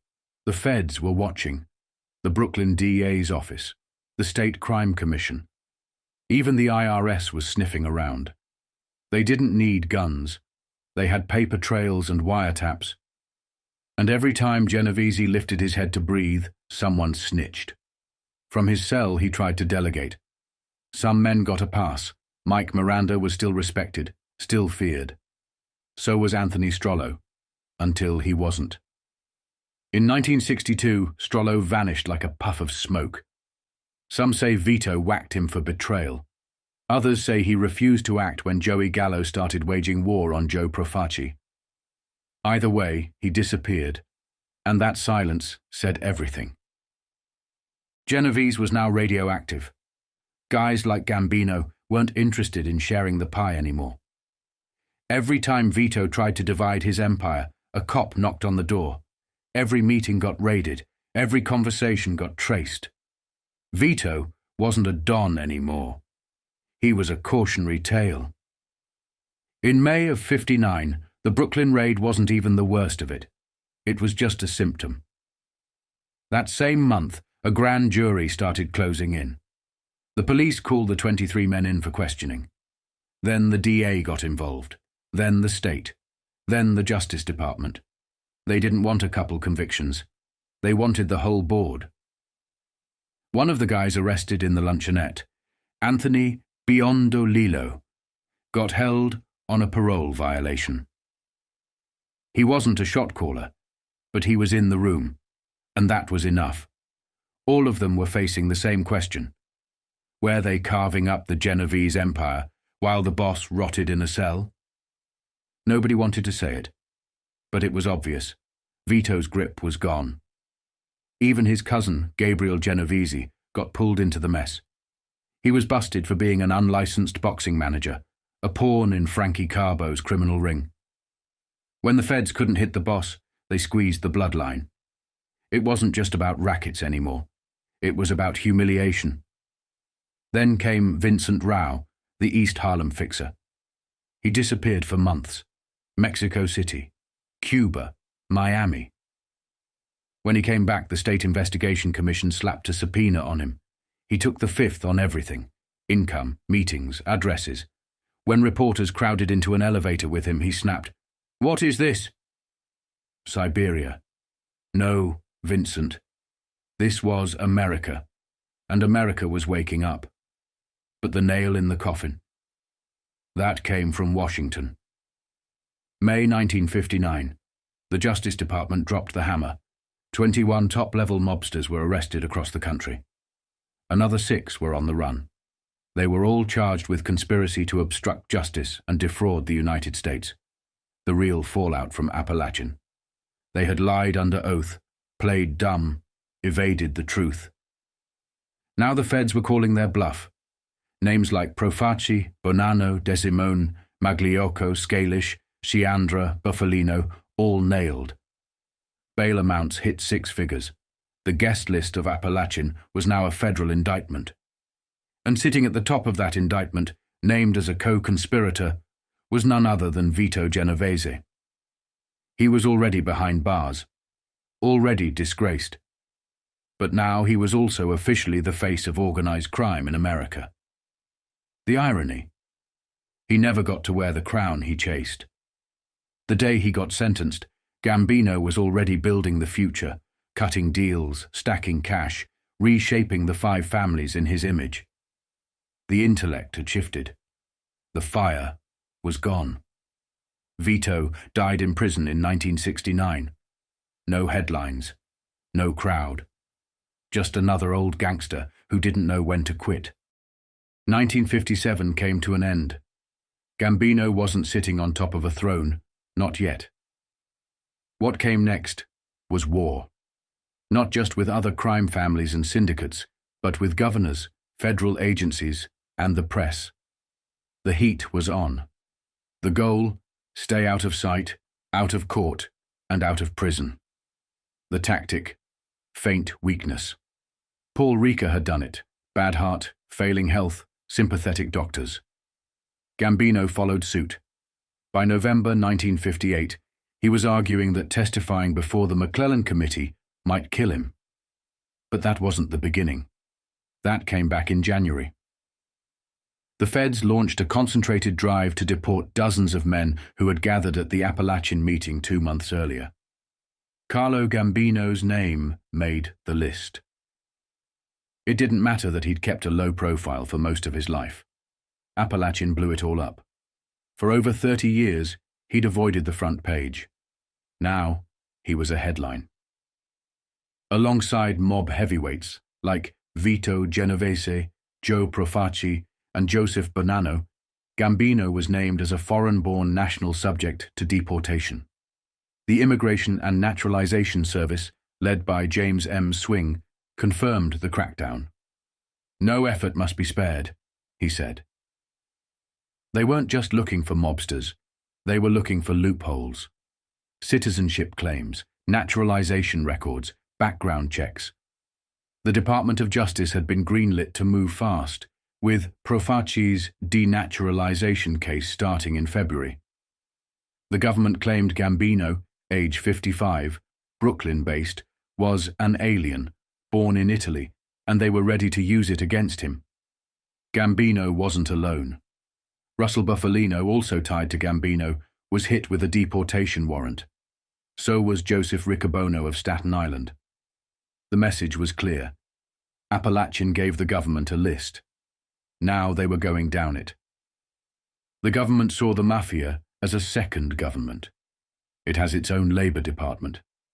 Appalachian wasn't just a summit, it was a board meeting. And Gambino. He was there representing labor interests. When the raid went down, Gambino didn't run. He told the state troopers he was a labor relations consultant. Turned out that wasn't a lie. Gambino was connected to the firm Schiller and Saltstein, 141 East 44th Street, Manhattan. The authorities didn't know exactly what his labor consulting involved, but they knew it wasn't a joke. No college degree, no formal training, just indictments, one for running an illegal still, another for grand larceny. The feds believed Appalachian wasn't just about slicing up the remains of Albert Anastasia's operation, it was about gauging the pressure. Gambino and the rest weren't interested in celebration, they were polling the room. Who's been hit hardest by the Senate? Which territories were still clean? What unions were exposed? Who was close to going down? There were Teamster connections, garment district ties, waterfront influence, and garbage rackets in play. Gambino's allies, like Tommy Lucchese, were deeply entrenched in those worlds. Jimmy Hoffa wasn't a friend yet, but he would be. Not now, not yet. This was the groundwork. There were others. James LaDuca, from the Hotel and Restaurant Workers Union, was there too. Same for Russell Bufalino, facing deportation. Joseph Riccobono, named and targeted. The FBI was looking for patterns, the press was getting educated, and the Appalachian list was turning into a roadmap for prosecution. Gambino stayed quiet. Always quiet. But now the government had him in their sights. Not for murder, not for racketeering, for paperwork, for being born in the wrong country. And if he didn't play it just right, if the fake heart attacks didn't stick, he'd be on a plane back to Palermo before he ever wore the crown. By May 1958, the federal spotlight wasn't just on Carlo Gambino's immigration status, it had followed him upstate, into the factory floor of a small dress company in Peckville, Pennsylvania. The Peggy Ann Dress Company became a new pressure point in the campaign to expose how deep organized crime had embedded itself into American labor and industry. Police Chief George Nowitzki in Blakely had his hands full. The union, International Ladies Garment Workers Union, was on strike, and they claimed Peggy Ann was doing business with Struck plants in New York City. They said it wasn't just scabbing, it was mob-run scabbing. Specifically, they named Carlo Gambino as the real owner of the factory. Gambino, recently exposed as one of the key men at the Appalachian meeting, was now tied directly to anti-union operations in Pennsylvania's garment industry. The factory manager wouldn't confirm it, only saying Gambino's son takes care of things. That son, Thomas Gambino, had married into the Lucchese family. His wife was Tommy Lucchese's daughter. The picket lines outside the factory were growing tense. Small brawls broke out. Police were spread thin.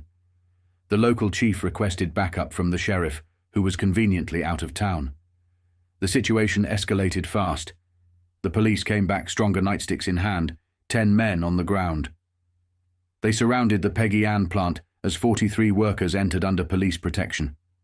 There were no arrests this time, no major clashes, but the tension was obvious. Employees entered the building quickly. Some looked nervous, some defiant. Behind the scenes, things were getting uglier. Trucks were being sabotaged, roofing nails scattered, steel shavings dumped into oil pans, engines destroyed, and threats, real ones. Phone calls to trucking operators said bodies would be found in the gutter if they didn't stop doing business with the plant. All fingers pointed back to the labor wars boiling between the ILGWU and non-union operators protected by the mob. The union insisted the Peggy Ann plant was owned by Carlo Gambino, citing his known labor affiliations and connections to other garment racketeers. Gambino denied everything when contacted by the Associated Press, but police said the place was managed by Thomas Gambino. That detail matched what union officials already suspected. Former New York State Investigations Commissioner Arthur Reuter went on record. Appalachian was about more than succession or territory. It was about labor control. According to his final report, at least a dozen men at the Appalachian Summit were tied directly to the garment and garment trucking industry. Gambino was one of them. The report listed Gambino's association with Schriller, Gambino and Saltstein, a labor relations consulting firm. He was also accused of owning the non-union Peggy Ann Dress Company. The broader strategy was clear: keep labor unorganized, keep contracts flowing, and use muscle and fear to maintain control. Pennsylvania was central to it. Others in Gambino's orbit showed up in the same report. Russell Bufalino, active in the Pennsylvania garment trade. Angelo Ciandra, another Pittston-based manufacturer. Joseph Riccobono, owner of multiple dress companies in Brooklyn. Joseph Bonanno, Vincent Rao, Joseph Rosato, all with documented stakes in the garment world. Joseph Profaci, tied to Brooklyn's G&P Coat Company. These weren't isolated operators. They were the core of a system that used violence, union infiltration, trucking monopolies, and sham labor consulting firms to muscle their way through a multi-million-dollar industry. Reuters' report backed what the ILGWU had been shouting for months. Appalachian wasn't a barbecue, it was a boardroom. There, Gambino and others had quietly planned how to expand their grip on the non-union garment industry, dodge strikes, and eliminate interference. By spring 1958, Gambino had gone from a ghost to a symbol. No longer just a Brooklyn underboss, he was a name in the press, tied to real-world intimidation, economic manipulation, and an industry that clothed America while hiding one of its darkest criminal conspiracies behind the seams. By June 1958, the federal web around Carlo Gambino was expanding fast, with new investigations overlapping: liquor, labor, narcotics, and gambling. He wasn't just a name on paper anymore. He was an operational target. Thomas Bailey, Chief of Enforcement for the Alcohol and Tobacco Tax Unit of the IRS, confirmed it. Gambino's name was now part of a nationwide investigation into illicit alcohol operations. The Appalachian Summit had cracked open decades of silence, and Bailey made it clear that 30 of the known attendees, including Gambino, were already listed in government files tied to illegal alcohol trafficking. The names weren't random. They connected coast to coast. Joseph Bonanno, Joe Magliocco, Natale Evola, and Carlo Gambino, all from Brooklyn. The dots were being connected publicly. Not only had these men shared a table in upstate New York, but they also appeared in the IRS's active files on bootlegging. It wasn't about stills in the woods anymore. It was organized, silent, and long-running. In Tampa, another thread started to show. Cuban and Italian lottery operators had ended their long-standing war. The bolita racket, an illegal numbers game, was stabilizing. Why that mattered to Gambino? Word from law enforcement and investigative reporters pointed directly back to Appalachian's network, and its ties to both gambling and narcotics. Law enforcement revealed a quiet merger. Tampa's Italian syndicate had brokered peace with Cuban rivals. Eddie Blanco was the key player. He had been arrested repeatedly for lottery rackets, but never convicted. Now, with Italian cooperation, gambling losses were being offset by mutual loan arrangements. This new alliance gave the mob a stronger foothold and a more secure revenue stream. But this wasn't just about numbers games. The federal theory was bigger. The same mobsters tied to Appalachian and non-union garment factories were also making cross-country toll calls to dye houses in New Jersey, places that doubled as chemical suppliers for heroin production. Reporters compiled a list of toll calls. Carlo Gambino's name came up again, this time on the receiving end of calls from Frank Cucchiara of Boston, a cheese distributor and fellow Appalachian attendee. Cucchiara was connected to both narcotics and Raymond Patriarca, the boss of Providence, Rhode Island. The evidence didn't stop there. Thomas Lucchese, Gambino's ally and father-in-law to his son, was linked through a sportswear company. Other garment-connected mobsters like Joseph Riccobono, Joseph Bonanno, and Vincent Rao all made appearances in call logs, company paperwork, and state liquor license records. Barbara, the Appalachian host, had calls going out to Gambino allies like Russell Bufalino, the Pennsylvania garment and trucking player, now under deportation orders. Tony Guarnieri, tied to dress manufacturing in upstate New York. Big John, Ormente, a garment center trucking boss whose firm rebranded after the raid. James LaDuca, former union official now ousted from his post. Gambino's role wasn't just high-level administration, it was middle management with deep, dirty roots. From factory floors in Peckville to labor consulting in Manhattan, from trucking firms to garment rackets, from lottery mergers in Florida to heroin calls in Jersey, Gambino wasn't just visible. He was central. By summer 1958, the federal agencies weren't guessing anymore. The Appalachian raid had forced a fracture in the code of silence. Names were being matched with records. Businesses were being raided. Licenses were revoked. Phone lines were tapped. And everywhere the lines led, back to Gambino. By late June 1958, the deeper investigators dug into the garment industry, the clearer it became. Carlo Gambino wasn't just a name in the Appalachian lineup. He was central to a system where family, business, and racketeering overlapped. What unfolded in the press read like a criminal family tree with labels instead of leaves. Extortion, narcotics, hijacking, labor corruption, and Gambino's name was never far from the roots. The connections were mapped out like a mobster's edition of Burke's Peerage. The backbone of the criminal network ran straight through through the garment industry, and at its center was a tight circle. Thomas, Three Fingers, Lucchese, Benjamin Boom Boom, Levine, Harry Big Nig Rosen, Stromberg, James Jimmy Doyle Plumery, and Carlo Gambino, listed as a labor consultant with Schiller and Saltstein, 141 East 44th Street. Gambino didn't just consult. His son, Thomas Gambino, an accounting graduate from Manhattan College, was married to Lucchese's daughter. Thomas ran a non-union shop called Peggy Ann Dress Company in Peckville, Pennsylvania. That shop wasn't obscure. It contracted for budget dress, owned by Lucchese himself. Miss Judy Lee Fashions, a company tied to Harry Stromberg. Smart Sue, another garment firm owned by Abraham Chait. From a distance, Peggy Ann was just another factory. Up close, it was a hub in a sprawling network of low-wage sweatshops tied to the mob's power structure. And the operations weren't hidden. They were protected by marriage, business partnerships, and shared silence. The Chait family, the Levine syndicate, and the Lucchese crew were all intertwined. When Miss Judy Lee needed production done, Louis Stromberg, Harry's brother, found Peggy Ann to do it.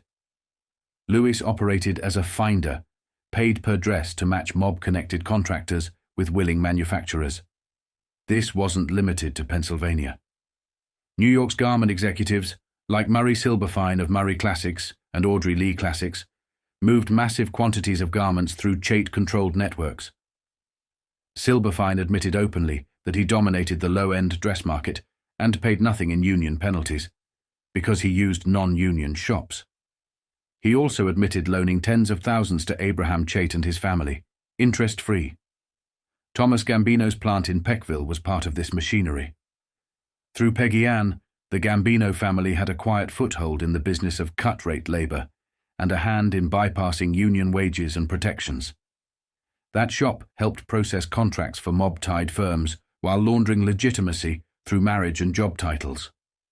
The garment district was now openly called the Jungle. Theft, fraud, extortion, these weren't occasional hazards.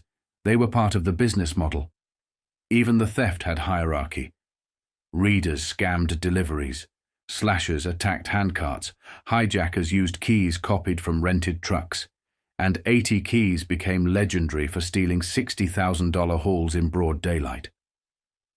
And still, amid the chaos, Gambino's name stood out. Not just as a gangster, but as someone who had formalized his grip through his son's dress factory and his role as a labor relations expert. That firm, Schiller and Saltstein, functioned like a pass-through for influence, helping manufacturers sidestep unions and regulators with fake consulting credentials. While the garment union required 8.5% labor cost penalties from companies that used non-union contractors, many simply paid the fine, or didn't pay at all, thanks to political allies, payoffs, or falsified books. Some manufacturers kept dual sets of records to avoid detection. In case after case, investigators uncovered interest-free loans, fake contracts, stolen goods, ghost employees, and concealed ownership. The ties traced back again and again to Gambino's family, Peggy Ann, Lucchese's budget dress, and their shared labor circles. Every garment house that skirted union rules had a connection, either to Lucchese, Stromberg, Chait, Levine, or through them to Carlo Gambino. By summer 1958, the image of Gambino as a quiet, behind-the-scenes operator was collapsing. His family was running sweatshops. His allies were laundering money through trucking and fashion. His name was in files on liquor, narcotics, labor, and now garment theft.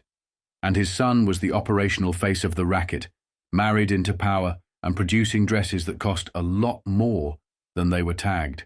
By July 1958, the U.S. Senate Rackets Committee hearings turned from abstract theories into direct testimony.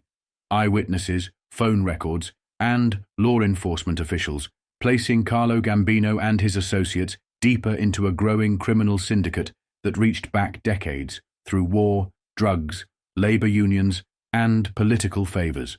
Orange C. Dickey, a former U.S. Army counterintelligence agent, told the committee under oath that during his post-war black market investigations in Naples, one name kept coming up: Vito Genovese, a known associate of Carlo Gambino.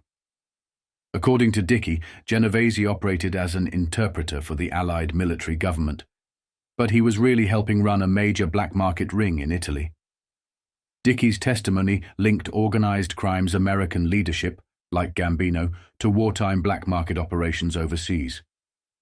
It tied the syndicate's current grip on labor and the garment industry to older, more entrenched criminal logistics networks developed during the chaos of World War II. Committee counsel Robert Kennedy made the connections tighter. He read into the record an extensive list of known mob associates: Luciano, Costello, Genovese, Ormento, Dio, and Carlo Gambino, all directly tied to Joseph Profaci, who was sitting in front of the committee but refusing to answer questions. Profaci pleaded the fifth 92 times. Another key name, James Plumery, uncle to the Dio brothers, credited in police files as one of the first men to send the garment business into Pennsylvania. A move that ultimately helped position Carlo Gambino's son, Thomas Gambino, as the face of operations at the Peggy Ann Dress Company in Peckville. The theme was clear. The garment industry, labor unions, narcotics, and international black market trade were not separate enterprises. They were a single integrated operation, run by overlapping networks, bound by family and enforced by fear. Gambino's name came up not just because of who he was, but because of what he ran and how he connected to all sides of the business. During these hearings, it became evident that Thomas Gambino, married into Lucchese's family, was more than just a factory owner. He represented the quiet but effective extension of his father Carlo's reach, now openly recognized by investigators as one of the central figures in the mafia's infiltration of American labor and legitimate industry. Despite Carlo Gambino not testifying, his presence loomed large. His name was on Profaci's association list. His operations were the subject of federal and local investigations. His family's business, Peggy Ann, was mentioned in connection with union avoidance, garment racketeering, and suspected criminal logistics. While other mobsters like John Scalish, James LaDuca, and Rosario Mancuso repeatedly invoked the Fifth Amendment, claiming they could not even confirm knowing the term mafia, the committee built its case through patterns, associates, and affiliations. And in nearly every one of those patterns, across states, businesses, and decades, Carlo Gambino's name kept showing up. Quiet, strategic, undefeated, but no longer invisible. By the summer of 1958, the full weight of federal and state investigations bore down on Carlo Gambino. What had begun months earlier with a quiet name on the Appalachian attendance list had now evolved into a highly public, multi-pronged campaign to unseat one of organized crime's most discreet power brokers. While Russell Bufalino of Kingston prepared to testify before the Senate Rackets Committee, investigators confirmed that 4 men from the Pittston area, all tied to Appalachian and to the garment and trucking industries, had already been identified through police files and committee exhibits. These included Angelo Ciandra, James Ostico, and Dominic Alaimo. The web continued to tighten around Gambino through these associations, especially Ciandra and Bufalino, both known affiliates. The chart presented to the committee traced blood and business ties among these men, including links stretching from Pittston to Utica, Detroit, and New York City. Investigators laid out how these men, through garment shops, trucking firms, and labor management fronts, had worked in concert with Gambino's broader interests, reinforcing his silent rise post-Appalachian. On August 6th, Carlo Gambino surrendered himself to the Immigration and Naturalization Service in New York and accepted a deportation warrant. The government now had formal charges against him: illegal entry into the US more than 30 years earlier. This was a strategic move. Gambino didn't fight or hide. He walked in calmly, like a man playing chess, not checkers. By surrendering voluntarily, he avoided the public optics of a raid or arrest. He posted $10,000 bail and awaited his day in court. While Gambino lay low, other Appalachian delegates faced harsher fates. Frank Valenti and Rosario Mancuso were jailed after refusing to answer more than 30 questions, despite being granted immunity by the New York State Commission of Investigation. More subpoenas followed. The commission called Michael Miranda, Joseph Riccobono, Paul Castellano, and Carlo Gambino himself to testify. But Gambino wouldn't appear. Gambino's attorney, Abraham Brodsky, secured an indefinite adjournment for his client, citing a recent heart operation. According to the doctor's letter, Gambino's health was precarious. Testifying might be fatal. Chairman Miles J. Lane of the commission pushed back. He floated the idea of using a state-appointed physician to verify the medical claims. But for now, Gambino avoided the courtroom. This was the same tactic used by Paul Ricca years earlier: play the heart card, stall the system. With Valenti, Mancuso, Riccobono, and Castellano all jailed for refusing to cooperate, Gambino remained the only witness under subpoena who had not yet appeared. He was given a medical stay, based on a note from a private physician stating his condition was too fragile for public testimony. Gambino's deportation hearing was pushed to October 2nd. The medical certificate, this time issued by Dr. Alfonso A. Lombari, claimed Gambino had suffered a recent heart attack and needed to remain as quiet as possible. For now, the government waited. He wasn't running, he wasn't fighting, he was playing for time. Behind the scenes, his son Thomas kept running in Pennsylvania. The garment racket held. The trucking contacts stayed intact. And Gambino, labeled a labor consultant battling health concerns, remained untouched by subpoenas and unburdened by testimony. By September, the law had named him, served him, and summoned him. But Carlo Gambino still hadn't said a word. By the close of 1958, Carlo Gambino had achieved something that very few mob bosses of his generation managed: survival. Not just from rival bullets or betrayal, but from the full force of the American legal system. The federal government threw everything at him: immigration charges, Senate subpoenas, public humiliation. And he walked away, quietly in a wheelchair, clutching his chest, wearing a diagnosis instead of handcuffs. That was the day it became real. Deportation wasn't just a threat. It was being carried out. Russell Bufalino lost his appeal to void a deportation order. The government ruled that despite Bufalino's claims of being born in Pittston, Pennsylvania, his real birthplace was Catania, Sicily, just 2 hours from Montedoro, the town used on his paperwork. It was a technical detail, but a deadly one. He had lied about citizenship, and now the government had the receipts. Gambino had the same problem. Just days earlier, he had surrendered to federal immigration officers in New York. The charge: illegal entry into the U.S. as a stowaway in Norfolk, Virginia, in 1921. Federal efforts to deport Appalachian delegates ramped up. Men like Simone Scozzari, Rosario Bufalino, and Carlo Gambino were top priorities. But while the government was aggressive, the law was slow. Loopholes, appeals, and procedural delays created a fog that the mob could thrive in. Carlo Gambino arrived at his deportation hearing, barely. He sat down in the Immigration Service offices at 70 Columbus Avenue, answered a few questions, and then collapsed. Clutching his chest, he was administered oxygen and wheeled out to Flower Fifth Avenue Hospital. The hearing was postponed. The newspapers ran the image: Gambino pale, weak, vulnerable. It was strategy masked as sickness, and it worked. The hearing was postponed again, indefinitely. Gambino was still in the hospital. The immigration court let it slide. The press let it go quietly. And the federal government had no choice but to wait. By December 1958, Carlo Gambino had ducked every legal and political hit aimed at him. He never testified before the Senate. He wasn't jailed like Valenti, Mancuso, Riccobono, or Castellano. His name vanished from headlines. While others were grilled, subpoenaed, or cuffed, Gambino sat in Brooklyn, untouched, planning. That Christmas, he rested. No headlines, no hearings, just silence.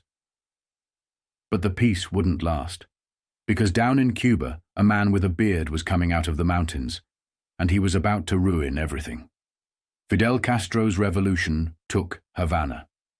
The casinos were nationalized. Lansky, Traficante, Marcello, Bruno all lost everything. For years, the mob had poured cash into Havana. Gambling, heroin, hotels. It was the underworld's Caribbean bank. Now, overnight, it was gone. Luckily for Gambino, his family had stayed out of Havana. Albert Anastasia had started making inroads there, but he got clipped in 1957 before any of that momentum could stick. Lucchese had some exposure. Genovese. He'd be behind bars by 59. But Gambino? He was free. His family was solvent. His enemies were dead or in prison. And the next decade, 1960s and beyond, would belong to him. 1958 wasn't just survival. It was the quiet consolidation of power. He didn't fire a shot. He didn't give a speech. He faked a heart attack and waited out the storm. That's how Carlo Gambino beat the system. And that's how he became the boss. By 1958, Carlo Gambino was no longer just a player. He was the power. Quiet, calculating, almost invisible. But the weight he carried was undeniable. Around him stood a fortress of loyal men, family by blood and blood by choice. Men like Paul and Joseph Gambino were inside the wire. So were Riccobono, Paul Castellano, Neil Della Croce, Joe Biondo, Anthony Zimbara, Ettore Zappi, Socco Mazzeo, Sal D'Amuro, Tony Benny de Benedetto, Peter Ferrara, Carmine the Doctor, Lombardozzi, Joseph Otto, John D'Orazio, and Arthur Leo.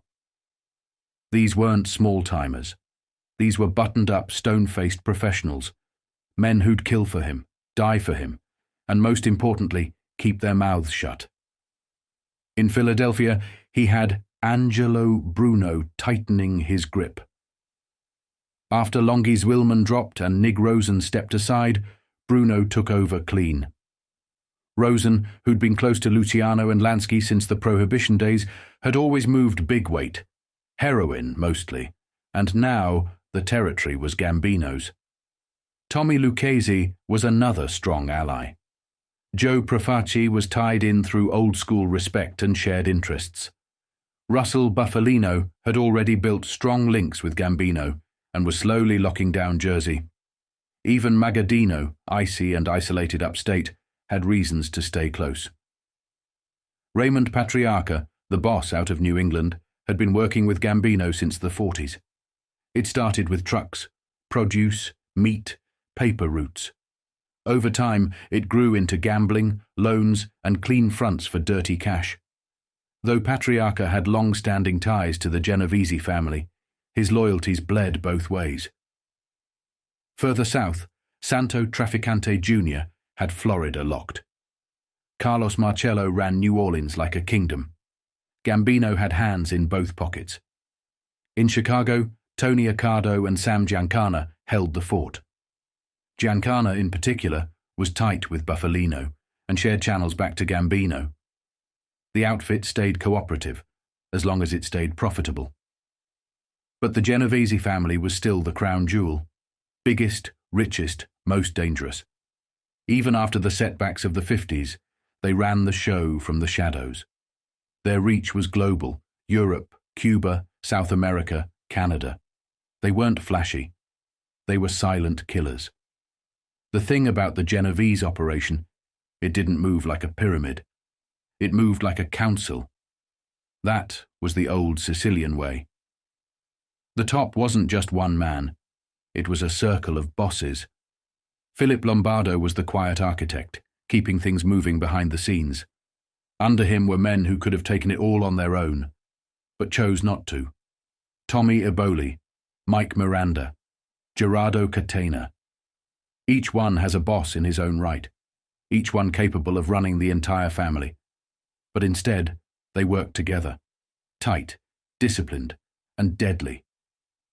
Then there were the silent operators, Jimmy, Blue Eyes, Arlo, among others, running transnational pipelines worth hundreds of millions, narcotics, construction, extortion, gambling. From New York to London, France, Cuba, the Dominican Republic, Mexico, Brazil, Canada. They had it all. But Vito Genovese was done. Locked in a cage on a Fed charge. From behind bars he could bark, but no one had to listen. Eboli wanted more. Miranda stayed in the shadows. Catena avoided heat like the plague. Everyone had their own agenda, their own alliances. Some leaned toward Profaci. Some were tied to Bufalino. Some still kept a line open to Gambino. And that was the dangerous part. There wasn't chaos, yet. But there was drift. And drift in this world meant opportunity or blood. Luciano saw it clear as day. Everything was moving. Everyone was making plays. By 1959, Carlo Gambino had already slipped past multiple deportation attempts, but no one outside the life understood just how powerful he'd become. It wasn't until a decade later, in 1969, that reporters started to pull back the curtain. Piece by piece, the press began connecting names, businesses, and bloodlines, mapping out what Gambino had built. That year, it was the Staten Island advance that dropped the curtain. The article read like a mob roll call. 2 men walked into a Manhattan hearing room on February 25, 1969, faces half covered, dressed like ghosts, trying to duck recognition. One was Paul Gambino, brother to Carlo. The other was Frank Ferro, Paul's son-in-law. They walked in together, denied knowing each other, and pleaded the fifth to nearly 30 questions apiece. Behind them came the paperwork, criminal records, Justice Department files, and police intelligence, all entered into evidence. The hearing was part of an ongoing investigation by the New York State Commission of Investigation, formed after the infamous 1957 Appalachian meeting blew the lid off the mob's nationwide structure. In 1969, the focus was on infiltration, specifically how the mob had sunk its claws into the cutlery grinding and meat supply industries.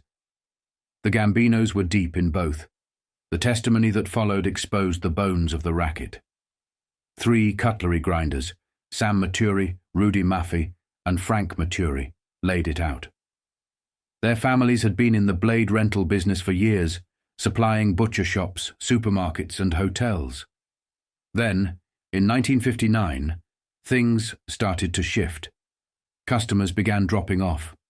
The losses pointed to a company called Butcher Tools Corporation, owned by Paul Gambino and Sal Guglielmini. Frank Ferro was the vice president. Supermarket chains were jumping ship, not because of price, but because Gambino controlled the pork supply. In neighborhoods like Fort Greene, that kind of leverage wasn't just about food. It was power. A monopoly with muscle behind it. The grinders tried to buy back their roots. They'd lost big accounts, Truns, Packers, Date Shopwell, all heavy pork buyers. Paul Gambino demanded $300,000. They settled at $177,653, interest included. But the total damage, according to the commission's chart, hit $474,053, nearly $500,000 gone in 2 years.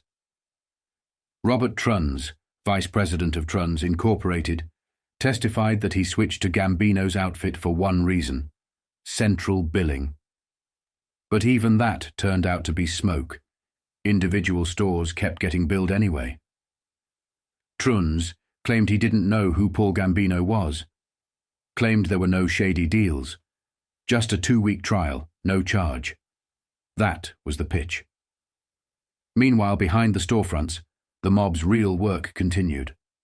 Paul Castellano, Carlo's brother-in-law, was already being named as a high-ranking member of the family. Castellano wasn't some street guy. He ran meat businesses, was connected to the Thomas Fat Company, and had financial links to Tommy Masotto, a made man in the family.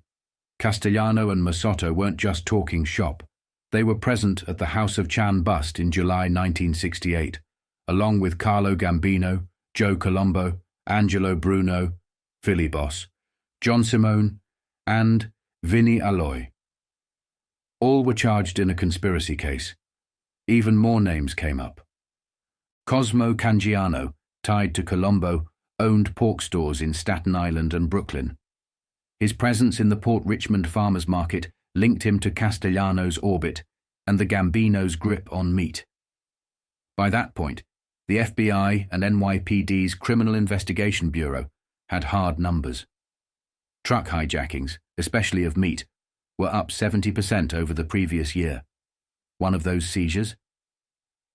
A trailer load of stolen hams found at Paul Gambino's Blue Star Market in Queens. He was under federal indictment for that one. The press had finally caught up. The Gambino family wasn't just muscle and loan sharking. They weren't just gambling and racketeering. They were food, freight, and distribution. They controlled what people ate and how it got to their table. And they did it through cousins, sons-in-law, in-laws, and soldiers, wrapped in fake corporations and hidden behind butcher aprons. It wasn't about headlines. It was about infrastructure. By 1969, the New York State Investigation Commission wasn't just pulling mob names from the shadows. They were showing the public exactly how the machine worked. They went after the meat business. And what they found was a straight line from supermarket shelves to mafia boardrooms. Paul Castellano, Carlo Gambino's brother-in-law, and Staten Island's top-ranking mob figure, according to NYPD and Justice Department sources, was deep in the game. Official records had him owning P&H Rendering Company on Leonard Street in Fort Greene. His son, Paul Jr., ran operations out of Garden State Rendering Company in Bayonne. Castellano wasn't just a shadow boss. He owned multiple meat markets across Brooklyn and held stake in other businesses, including the Thomas Fat Company, run by Tommy Masotto, a maid soldier in the Gambino family. Masotto had already been picked up in Manhattan the year before, July 11, 1968, during a sit-down at the House of Chan. That table included Carlo Gambino, Joe Colombo, Angelo Bruno of Philly, John Simone, Bruno's lieutenant, and Vinnie Alloy. The charge: conspiracy to commit criminal acts. It was a summit, just one with indictments attached. But the spotlight wasn't just on Castellano. Paul Gambino, Carlo's brother, had been making his own moves. Quiet, but aggressive. His Blue Star Market in Queens was under scrutiny after the FBI seized over 1,000 cases of stolen Atlanta-brand Polish hams in 1967. Hijacked goods. Gambino was arrested and awaiting trial. According to Deputy Inspector Robert McGowan, the NYPD's top man in the Criminal Investigation Bureau, Paul Gambino wasn't just retail. He was part of a larger system, one that used hijacked meats, illegal labor pressure, and price control to knock legitimate businesses off the map. Robert Trunz, Executive Vice President of Trunz Incorporated, testified that his company had to shut down its store in Flushing because they couldn't match the Blue Star's prices. No one could. Not when Gambino's inventory came off the back of hijacked trucks. The cutlery business had also been swallowed. The commission heard testimony from 3 members of a 39-year-old Cutlery Grinders Association. Their story was almost textbook. In 1959, Paul Gambino opened a rival grinding operation. By the time it was over, the association had lost over 2,000 customers, including pork-heavy supermarket chains. The reason? Gambino and his associates controlled pork distribution in the Fort Greene market. Stores didn't want trouble, so they played ball. In the end, the association had to buy back their own routes. The price? $177,653. But the commission tallied the real damage at nearly $474,000.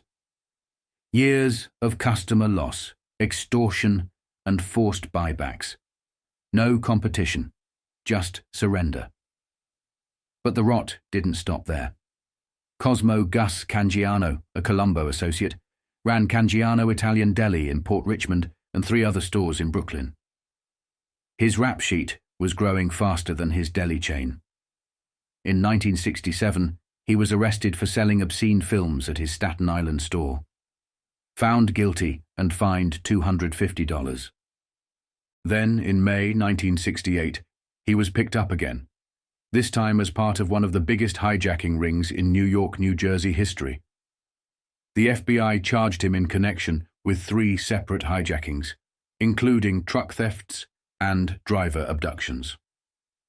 Victims were taken under threat and held for hours. It wasn't business. It was war. And it didn't end there. On February 8, 1969, Cangiano and his brother Frank, along with Dominic Ariale and Thomas Gambardella, all Colombo associates, were arrested again. This time the charge was interstate transportation of pornography, films, pamphlets, booklets, and reels moving from New York to Pittsburgh for distribution. Their court date was set for March 13th. No date yet for the hijacking charges. As Commission Chairman Goodman J. Sarachan told the press, no legitimate store owner could compete with low overhead like that. He didn't need to explain further. The hearings made it clear. The mob didn't just skim from the top. They became the business. They didn't break in through the back door. They walked in the front, took over the lease, and told the competition to leave through the window. By the late 1960s, the mob didn't need shotguns or shakedowns to make a killing. It just needed a garbage truck. Joseph Gambino, cousin to the Carlo Gambino, was knee-deep in it, literally. He ran the Columbus Lease Corporation, a waste-hauling company that carted trash from the Mount Vernon incinerator to New Jersey dumps. On paper, it was just another sanitation deal. In reality, it was an extension of one of the most powerful mafia families in the country. According to the Justice Department, Joseph wasn't just a businessman, he was a lieutenant in Carlo Gambino's crew. And while city officials played dumb, the FBI wasn't fooled. It all started with a dinner. In 1964, Albert Annunziata, Mount Vernon's Commissioner of Public Works at the time, and a candidate for the county legislature 5 years later, was invited to a waste equipment dealers convention in Atlantic City. The host, a man named Joseph Joey Surprise Fayola, a friendly face from White Plains who claimed to be a rep for a California equipment company. Annunziata said he didn't know Fiola's background, said he was blindsided when the FBI later identified Fiola as a soldier for Carlo Gambino. By then, it was too late. Fiola had vanished in 1965, presumed executed. A typical mob cleanup when someone outlives their usefulness. But the timing was hard to ignore. Right after that Atlantic City weekend, a company tied to Gambino landed a $1 million 5-year garbage hauling contract with Mount Vernon. Fiola had already been awarded a smaller job earlier that year, carting incinerator residue. Then, following a mysterious fire that shut down the city incinerator in April 1964, Fiola was handed the full garbage contract, no bids required. Later that year, Fiola's work was quietly shifted to another man, James Plastina, another name tied to Gambino Associates. No background checks, no vetting, just another handoff within the family. "I'm not an FBI man," Annunziata said years later. "I'm a commissioner of public works." By 1969, Joseph Gambino was running the show himself. His company, Columbus Lease Corporation, was raking in $200,000 a year in public money from Mount Vernon, and he subcontracted to Plastina of Woodhaven, Queens, who was linked to Niccolo Melillo, another made guy under Gambino. When reporters tried to talk to Joseph Gambino, he kept his answers short. They caught him inside the incinerator, bulldozing a mound of trash in a stained t-shirt and work pants. He didn't deny who he was. He just pointed to his attorney. "I won't even answer questions about his toenails," said Paul Victor, the Bronx lawyer who handled Gambino's business. Victor refused to speak about the Mount Vernon contract or even acknowledge that Joseph was related to Carlo Gambino. "I'm not at liberty to divulge any information about my client," he said. He's negotiating. By the end of August 1969, Columbus Lease Corp had suddenly failed to submit a bid for the city's new 5-year hauling contract. No explanation. Just a quiet withdrawal. Gambino had requested modifications to the bid specs according to officials. Annunziata, asked again about his connection to the Gambino cousin, now claimed he only counseled Joseph during a short meeting in City Hall. Nothing more. But it was clear. In Mount Vernon, the mob didn't need a gun to muscle in. All it took was a handshake, a dinner, and a truck. And by the time anyone noticed, the contracts were signed, the garbage was moving, and the money was flowing, straight into the hands of Carlo Gambino's cousin.